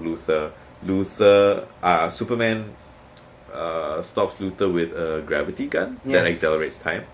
But in that moment, just before Luthor's powers fade away, for a brief moment, he actually sees the world as Superman sees it. Right? And that breaks the entire animosity that has been built up over years and years of fighting Superman. As always with all forms of conflict, once you put the best resolution to understanding someone is to put yourself in their shoes, and that's what happened with Lex Luthor. Yeah, and I mean, like, Luthor, for all intents and purposes, is the quintessential foil, right? He's the quintessential Superman foil. And he stands for everything that Superman not really Superman hates. Like, Luthor is kind of like told this middle line, right? If Superman is your ultimate good, then Luthor is kind of like, okay, I'm here in the middle, but I will take compromises where Superman doesn't compromise, right? I love how all of that melts away. I think the animated movie for All-Star Superman captured that moment very, very well. Maybe even better than how it was portrayed in the actual comics itself for the couple of panels that it was there. And the whole idea that at the end of the day, you know, once you step into another person's shoes, as big as those person's shoes may be, it can bring people together. And for me, that's what the quintessential Superman story should be about, right? Bringing people together, and ultimately Superman sacrifices himself. He becomes part of the sun to keep the sun going. And there's a whole lot of like little things that Morrison threw in just so that he could tie it on to what else he wanted to go, the story to go. But I mean, those things are minuscule things because he never ended up doing them anyway. What about you, Hardy? Oh, so my favorite story would be Red Sun. We kind of figured this. Yes. Explain a bit about what Red Sun is about. So Red Sun is basically what if kind of story. It's from the Elseworlds line. So what if Superman had landed in Ukraine? The USSR. Yeah, so he landed in Soviet era Ukraine. Yeah, where he's raised communist. Yeah, he was this collective farm. Yeah. Raised as a communist and became a state State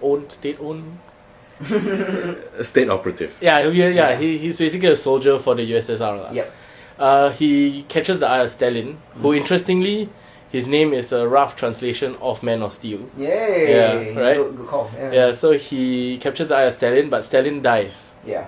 Got poisoned or something, cyanide or something like that. Okay. I read this comic a long time ago. Yeah. So a bit of it is still blurry, but what I really enjoyed was how Superman then takes over the USSR, and how capitalism in this world had failed. Yep. America was in economic ruin and all that, and so Superman, now the leader of the USSR, actually goes on to transform it into a utopia. Is this world's version of the arms race? Superman is the armor. Is the armor. The ultimate armor. Yeah. He goes on to change this entire area. You know, the whole world now. So instead of countries becoming capitalist, a lot of countries were turning communist. Yeah. On a faster rate. But in order to achieve this, he had to take away certain personal liberties and all that. So that kind of story, you know, where Superman becomes a big brother kind of thing, more benevolent kind of big brother lah. Yeah. Yeah, in a way. Something that Singaporeans can kind of understand. Yeah.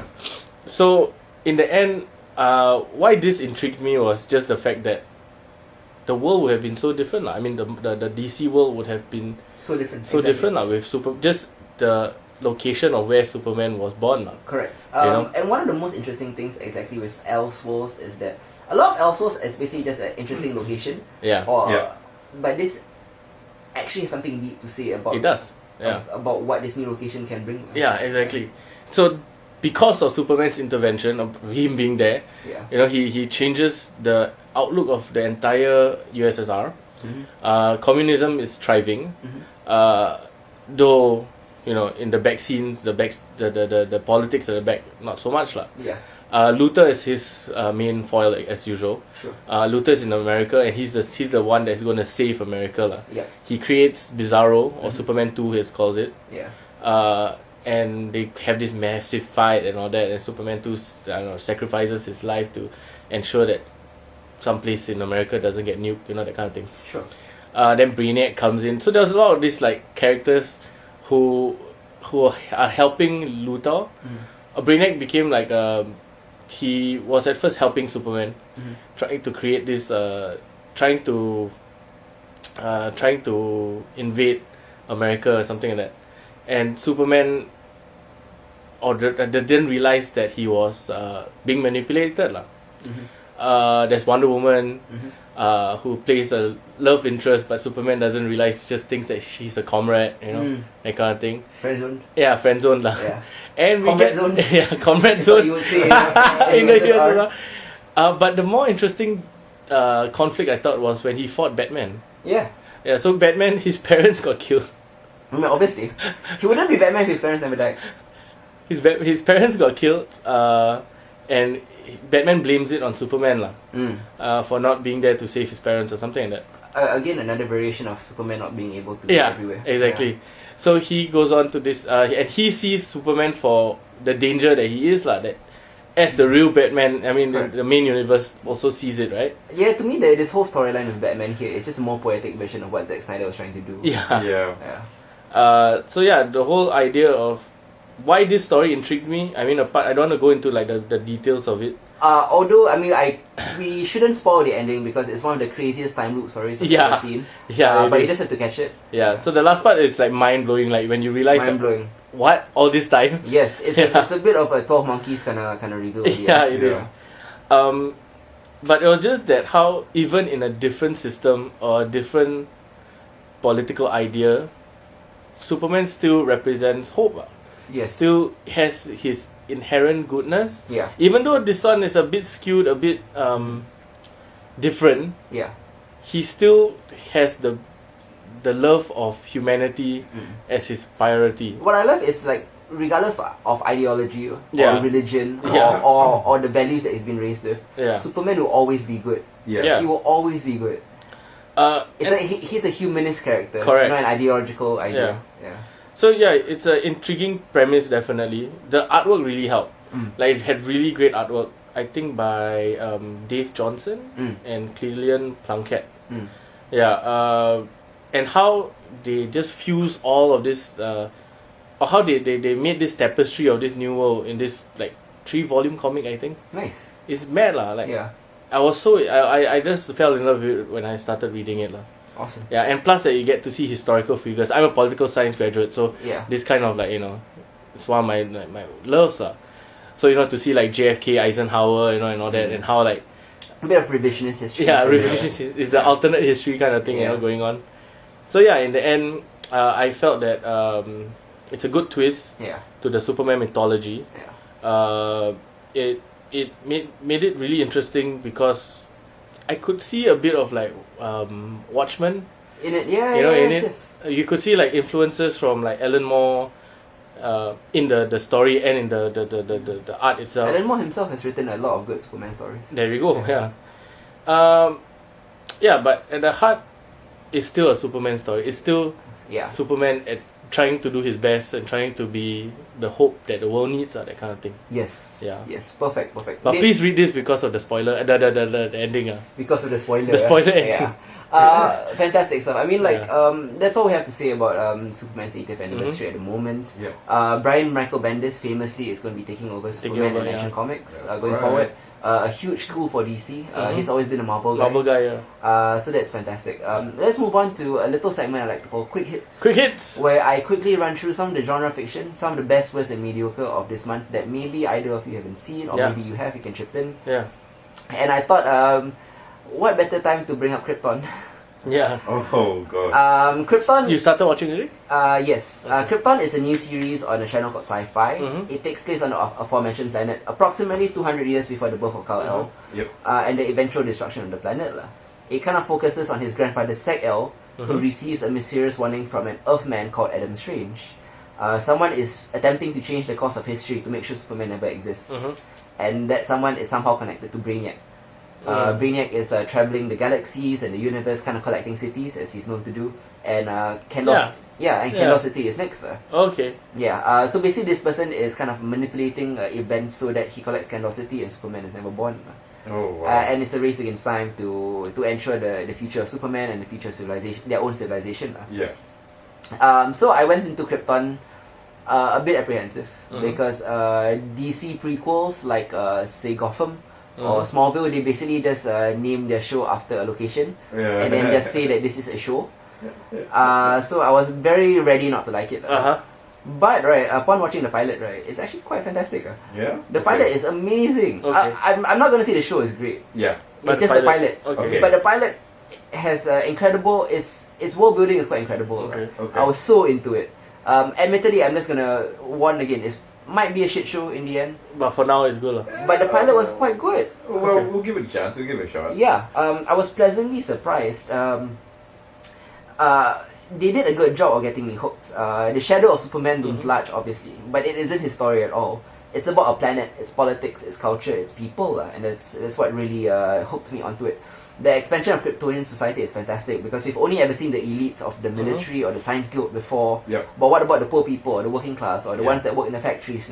What the class is a lot of the stories about class warfare also. The poor versus the rich, the haves versus the have-nots. Everything is presented. Everything presented from the characters to the political intrigue, to the family dynamics of the House of L, to the traditions, to even the love stories or the love triangles were all very compelling. So they built really, really good characters. In one episode. In one episode, yeah. What the hell? What I liked most about the plotline was this kind of religious revolution kind of taking over Krypton. Yeah. A bit like the Iranian Revolution, sort of.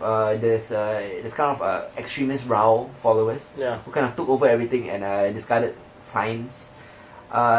Sig-Il's own grandfather, a scientist, was executed for his heretical scientific findings. Basically, he found out that there were other beings in the universe that were intelligent, so that's heretical. And then he found out about Brainiac coming to them. Nobody believed him, and he was executed for it. A bit like Copernicus, you know. Yeah. His warnings were not heeded. Correct. Sig-Il himself has to deal with his lowly Wait, his station. name is Sig-Il? Seg-Il. Yeah, I can say Sig-Il. Seg.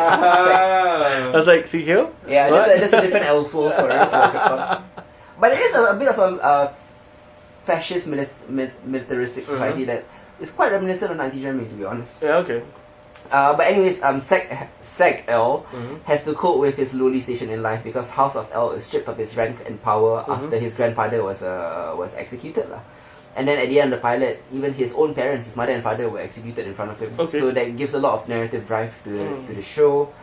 So it's up to him to figure out Brainiac's plans with the help of Adam Strange, who is the time traveler from Earth. Plus, there's also the larger story of how Superman comes to be. And eventually, after the season 1 threat of Brainiac is done, right?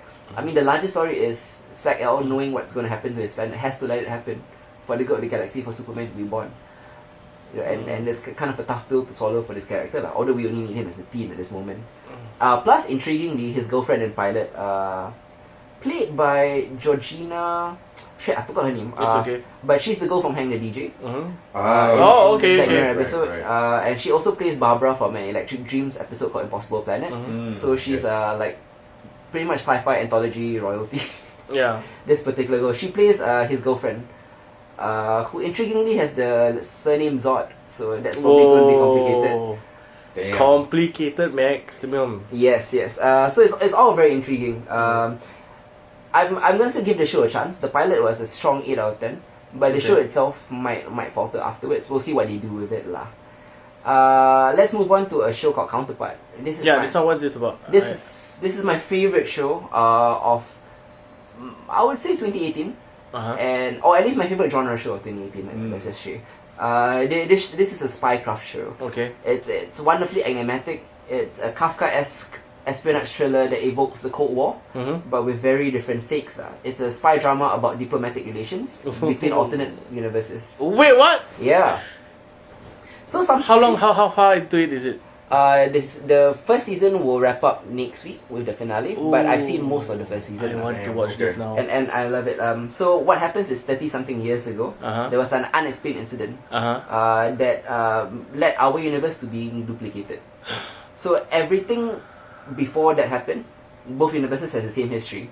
But after that happened, after the duplication, minuscule changes happened. between universes, and then these minuscule changes have ripple effects. So after 30 years, the worlds are vastly very different, different, with different politics and different societies and stuff like that. The timeline grows more and more disparate. From big things like, we'll just call it Earth 2, we'll use the DC term. Like, for example, in Earth 2, there was a plague that wipes out 20% of the population. But in Earth 1? In Earth 1, it never happened. Or even small things like in Earth 2, David Bowie is still alive and making music and small things like that. One of my favorite scenes. He didn't die in the plague. He didn't die. Yeah, he didn't die in the plague. David Bowie. So one of my favorite scenes actually is just a little small scene. Basically, there's a customs office in this underground tunnel, and only very specific people can cross between both worlds. Diplomats. Basically, to negotiate shit. Trade deals, government officials. So one of these diplomats, when he was crossing through the customs, right, he had David Bowie's new album. From Earth 2, and he was arrested, and we don't see it, but apparently he will be executed, because what if David Bowie's new album falls into the wrong hands in our world? It's gonna break the world. It's gonna break people's minds, basically. So they want to keep this a secret, So the crossing is this underground bunker in Berlin, and it's top secret. Must be Berlin, Yeah, it must be Berlin. Cause Cold War illusions. It's cool, but it's also very mundane because it's just like another customs office. If you've ever been to a bus terminal or an airport terminal, it's like that. It's just like that. It's so mundane, and I love it, and only approved diplomats can cross over. So sometimes they have trade deals, like for example, right? Let's say Earth 1 has found an untapped reserve of oil, then they can trade the GPS coordinates, and Earth 2 has found a cure for AIDS, for example. And then they can they can trade over. Okay. Stuff like that, so it's intriguing, But underneath the diplomatic relations, there's also the spy games going on between both worlds, and the spy games is what I love about it, because it's actually more like the Americans than it is anything else, because it really focuses on the which you really like. Yeah, it really focuses on the spycraft. Like I mean, even like small things, like for example, when a spy rummages through a closet or rummages through a drawer, they always have a Polaroid with them, so they can take a picture of it before, so they can put everything back together. Or little things like that, or just the little clues, or like things like date drops, coded messages on the phone. It's very, very old school spy stuff. I like it. Yeah. It's a very complex story, but it becomes more linear towards the end. Once you start figuring it out, it will blow your mind. Oh shit! Okay. Basically, there's a terrorist organization in Earth 2 that believes that Earth 1 caused the plague. We actually don't know whether Earth 1 did cause the plague or not. We're under the assumption they didn't. But in the end, it doesn't matter because they're planning something to retaliate against Earth 1. So what they've been doing over the last 30 years is planting moles in Earth 1, in high-ranking government official positions. Like for example, the head of the military or whatever, they basically kidnapped him, killed him, then replaced him with his counterpart. With his counterpart, exactly. Therefore, the name Counterpart. Yes. Okay. Right. So the main thrust of the show centers around J.K. Simmons. He is one such agent, and they basically cross over into each other's worlds to spy on each other. And it's kind of like a masterclass of acting from J.K. Simmons, because he plays two different characters who are essentially the same, but they're like nuances. It's not like how not Orphan Black kind lah. Orphan Black where the differences are so huge. But J.K. Simmons subtle. There is no like one guy doesn't have a goatee and the other guy has hair, or one guy like dresses differently. They both dress the same, but you can always tell who is who. Oh, that's interesting. And it's very nuanced. You can always tell by how he slouches or the expressions that he makes. It's very small things, and J.K. Simmons doesn't overplay it. And that's why I've never quite seen anything like this. In other shows with clones or duplicates or LMDs or whatever, it's always very big differences, different hairstyles, whatever. Like iZombie. But J.K. Simmons is so good. I mean, he is Academy Award nominee, right? Correct, yeah. So it's fantastic stuff. Counterpart is a 10 out of 10 show. Okay, I'm definitely watching it then. Highly recommended. Another thing I would like to talk about is Wolverine the Long Night. Yes, what's this? Wolverine the Long Night is an audio podcast on Stitcher. Yeah. Who's it voiced by? Richard Armitage. Excellent. Plays Logan. So it hasn't actually finished. The show is on its 4th episode right now. Okay. But I'm loving it so far. It's kind of a bold new experiment for Marvel to go into the the podcasting realm. And the story isn't so much an X-Men story as it is a murder mystery. The investigation angle makes it feel like a true crime podcast, like Serial or S-Town. Okay. But its mood is a mix of True Detective Season 1 and Twin Peaks. Wow. It's dark, somber, eerie, and at times quite surreal. Although it's named after Wolverine, the story actually follows a pair of FBI agents who are hunting a killer after a massacre on a ship in Alaska.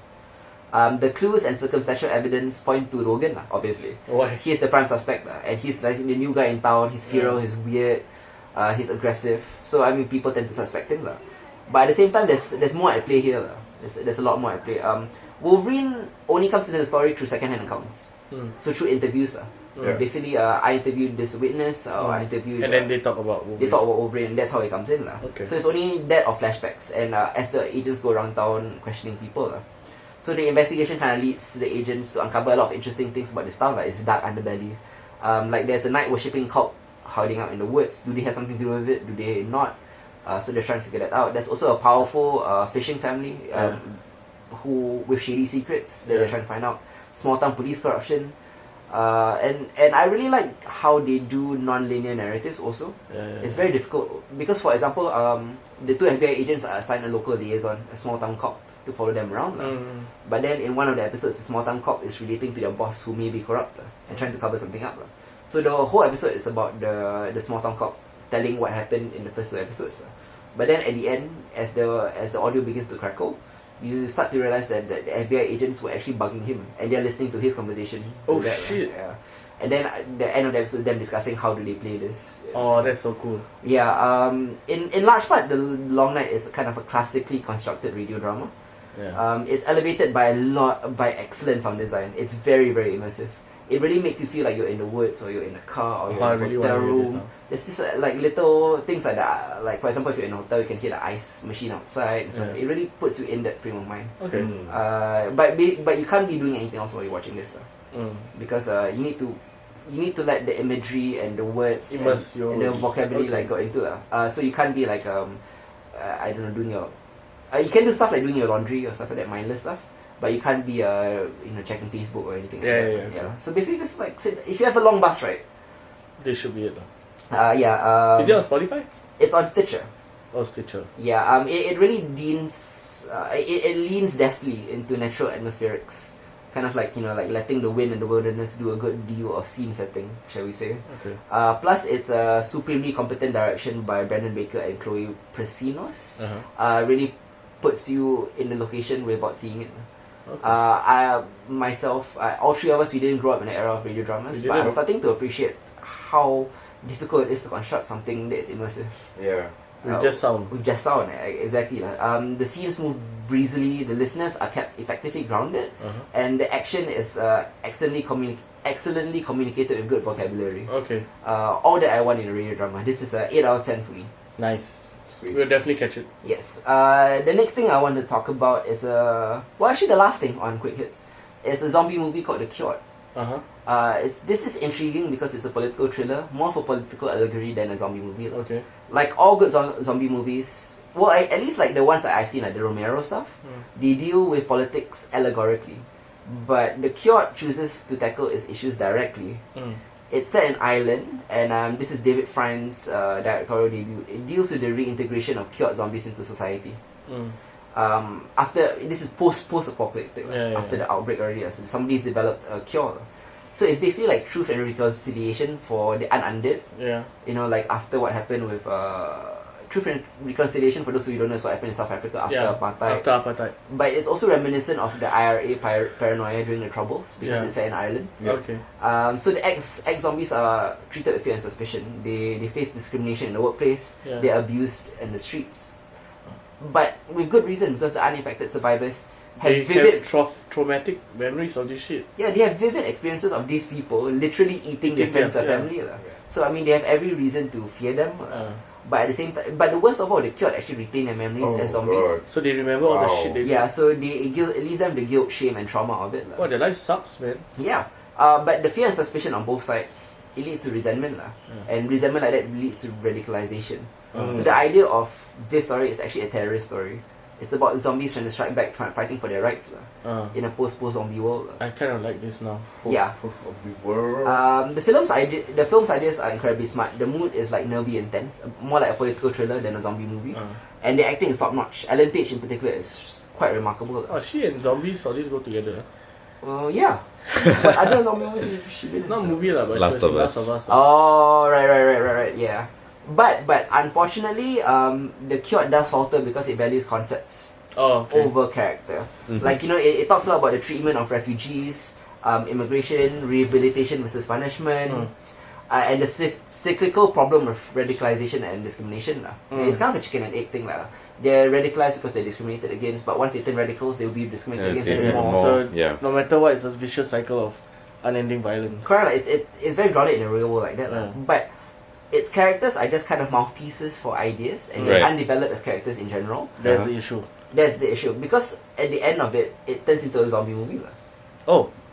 I mean, in the end, it becomes it's action oriented and it's horror oriented in its climax. Okay. But once it comes to life and death situations like that, when it's just pure mayhem, no more metaphor, just mayhem, you need to care about whether this character survive or not. And in the third climax, you will find that you don't care about any of them. That's sad. Oh. Yeah. So it's a very smart film that's just like kind of it becomes too wrapped up in his ideas to do everything else that's necessary for storytelling. It feels more like an essay. Yeah. Okay. Than a movie. So I mean, I liked it overall. It's like a 6 out of 10. It's a pass. Okay. I love the ideas. Yeah. I hated the characterizations. Okay. Well, I can't hate zero characterizations though. Yeah. I hate that there was no characterization. Okay. Yeah. So that was it for quick hits. Let's talk about some movies that you all watch. Yeah, that we've seen. Let's talk about the newest adaptation of Tomb Raider. No, we're not talking about the Angelina Jolie one. We're talking about Alicia Vikander's new version of Tomb Raider. Yeah. Jeez. Myself and Isa have seen it. So, what do you think of the new Tomb Raider, Isa? I thought it was a decent movie. Overall, I thought it kind of tried its best, right, to pay homage to like this entire Tomb Raider legacy. I do like the fact that it kept closely, there were a lot of like camera things that they did, and which really felt very reminiscent of the Rise of the Tomb Raider, which the new game, the rebooted game, which I really loved, and I played a number of times. That was one of the games that kind of heralded the new era for genre, the Tomb Raider kind of like genre of game, the action adventure, thing. And I really did like that. But that being said, the bar for video game movies is very low. Extremely low. So this is a good video game movie lah. And this is a decent movie, but it is the best video game movie ever made. So you have to kind of qualify that statement, the best ever video game movie, by understanding how low the bar is. It's a decent movie lah. Tomb Raider, which like you say, okay movie lah, by default is the best video game movie ever. What I personally loved about this was that it's a game. It's a movie that is made for the game faithfuls. That is. It wouldn't function, or you wouldn't enjoy it if you haven't played Tomb Raider or don't understand its legacy or its gameplay. For sure. It only works if you've played Tomb Raider. People watching it who haven't played Tomb Raider would just think it's a passable action movie. Average lah. But people who watch Tomb Raider will appreciate. Who played Tomb Raider will appreciate it more. From the puzzle solving elements, which the movie literally stops, to puzzle solve, and a lot of non Tomb Raider fans find that to be stuttering storytelling, because the narrative doesn't flow. But I like it because it's like a combination of cutscenes and then gameplay. You have the puzzle solving, and then you have the physical obstacles. The traps and all that. Fans will definitely appreciate how faithful it is to replicating gameplay. How the villains? Walton Goggins is a great actor. If you've ever seen Justified or The Shield, he's a fabulous villain. But it really felt like most of the actors didn't want to be there. Ayo.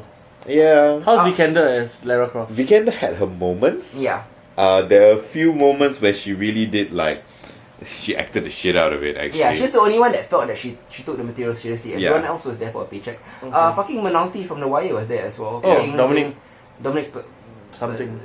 Playing Alicia, Tomb Raider's Lara Croft's father.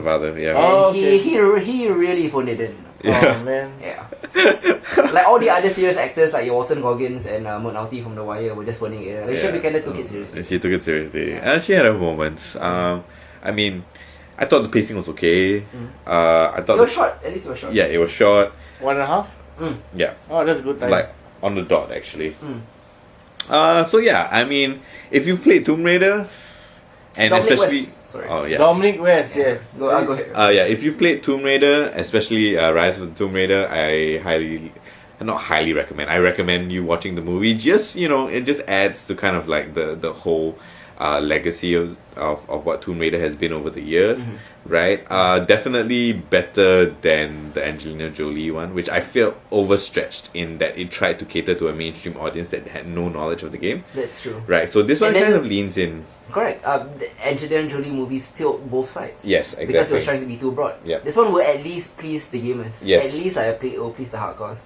I mean, the last thing I want to say about it is the biggest redeeming quality of Tomb Raider, although it's just average, it isn't necessarily Alicia Vikander's performance as Lara Croft, but it's the portrayal of Lara Croft, her presentation. Yes. She's a grittier, tougher, more grounded, and less sexualized than Angelina Jolie's version. Oh, that's great. Definitely. Which is pretty much the biggest improvement. Because that's where the game went also. Correct. So that's the best part about it lah. Let's talk about Pacific Rim Uprising. Yeah, how was this? If me and Isa have seen, I'll let Isa carry this. It's not often that you will hear as a genre equality say that a movie needs a lot less character development. It really, the story really bogged it down now. Yeah, like we are suckers for plot and good plot, but man, Pacific Rim didn't need any of it. Just needed monsters punching each other. Yes. Yeah, in this case more robots punching each other, but still, overall I enjoyed it. It was quite a ride. I thought the CG was great. I thought the fight sequences were good.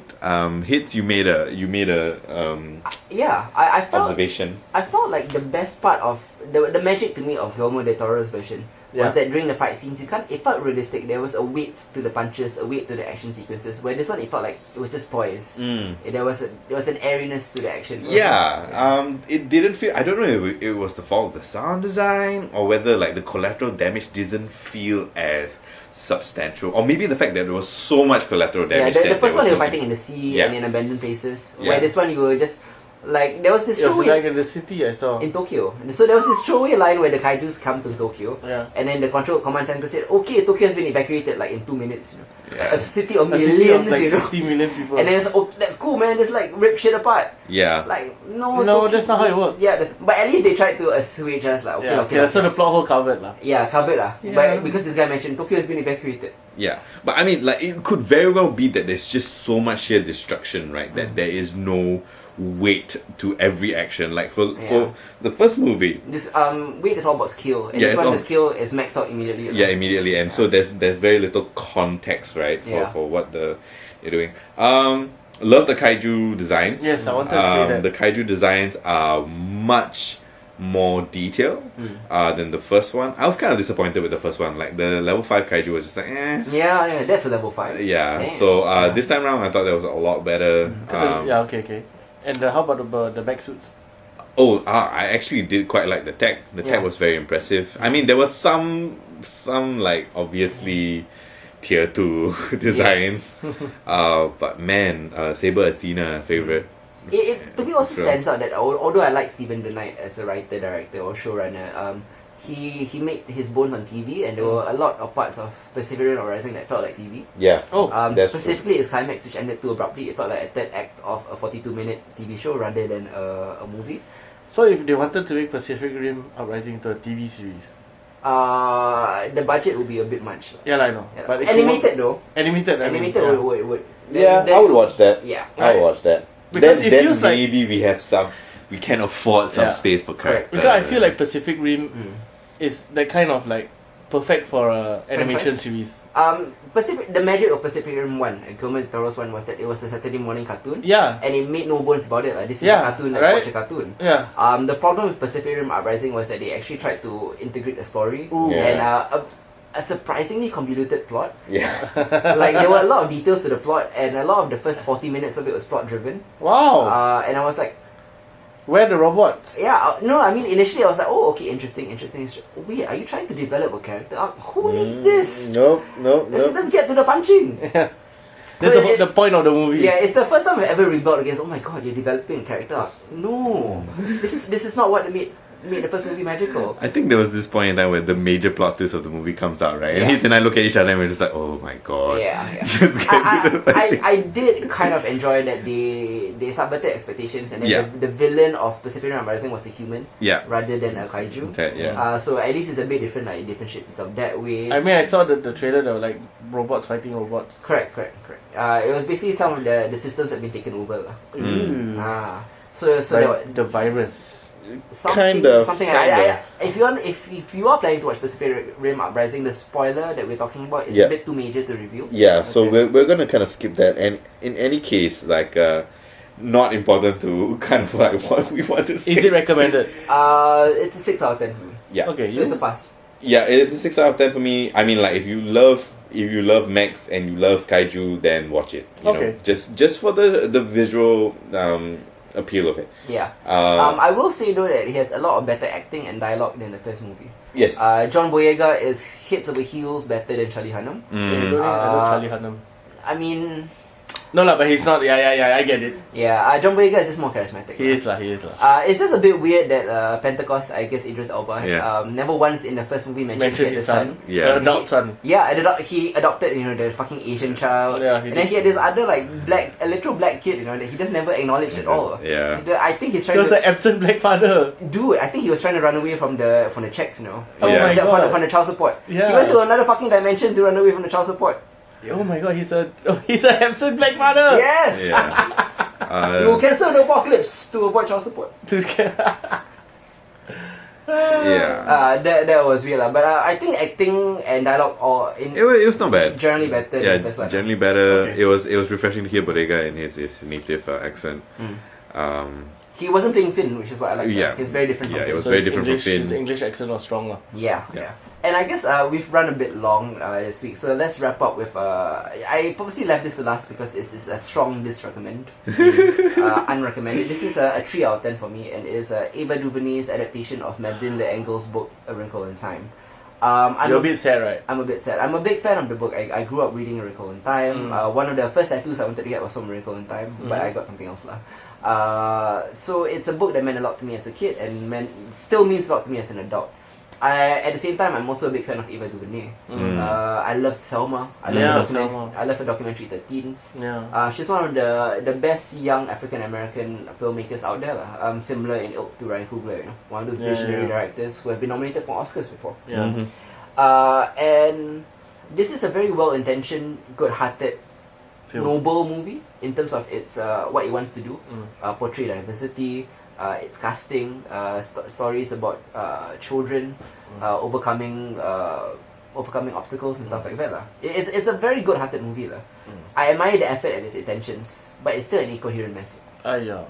It's cheesy and emotionally unengaging, and filled with unlikable protagonists, including its main protagonist.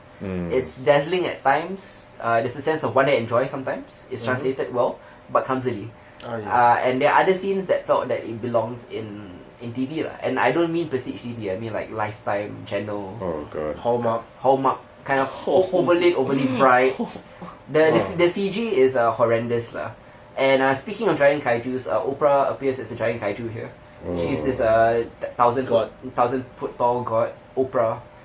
It's quite striking to look at lah. Okay. So there's an Oprah kaiju in here. Storm Reid, who plays the main protagonist, is not bad.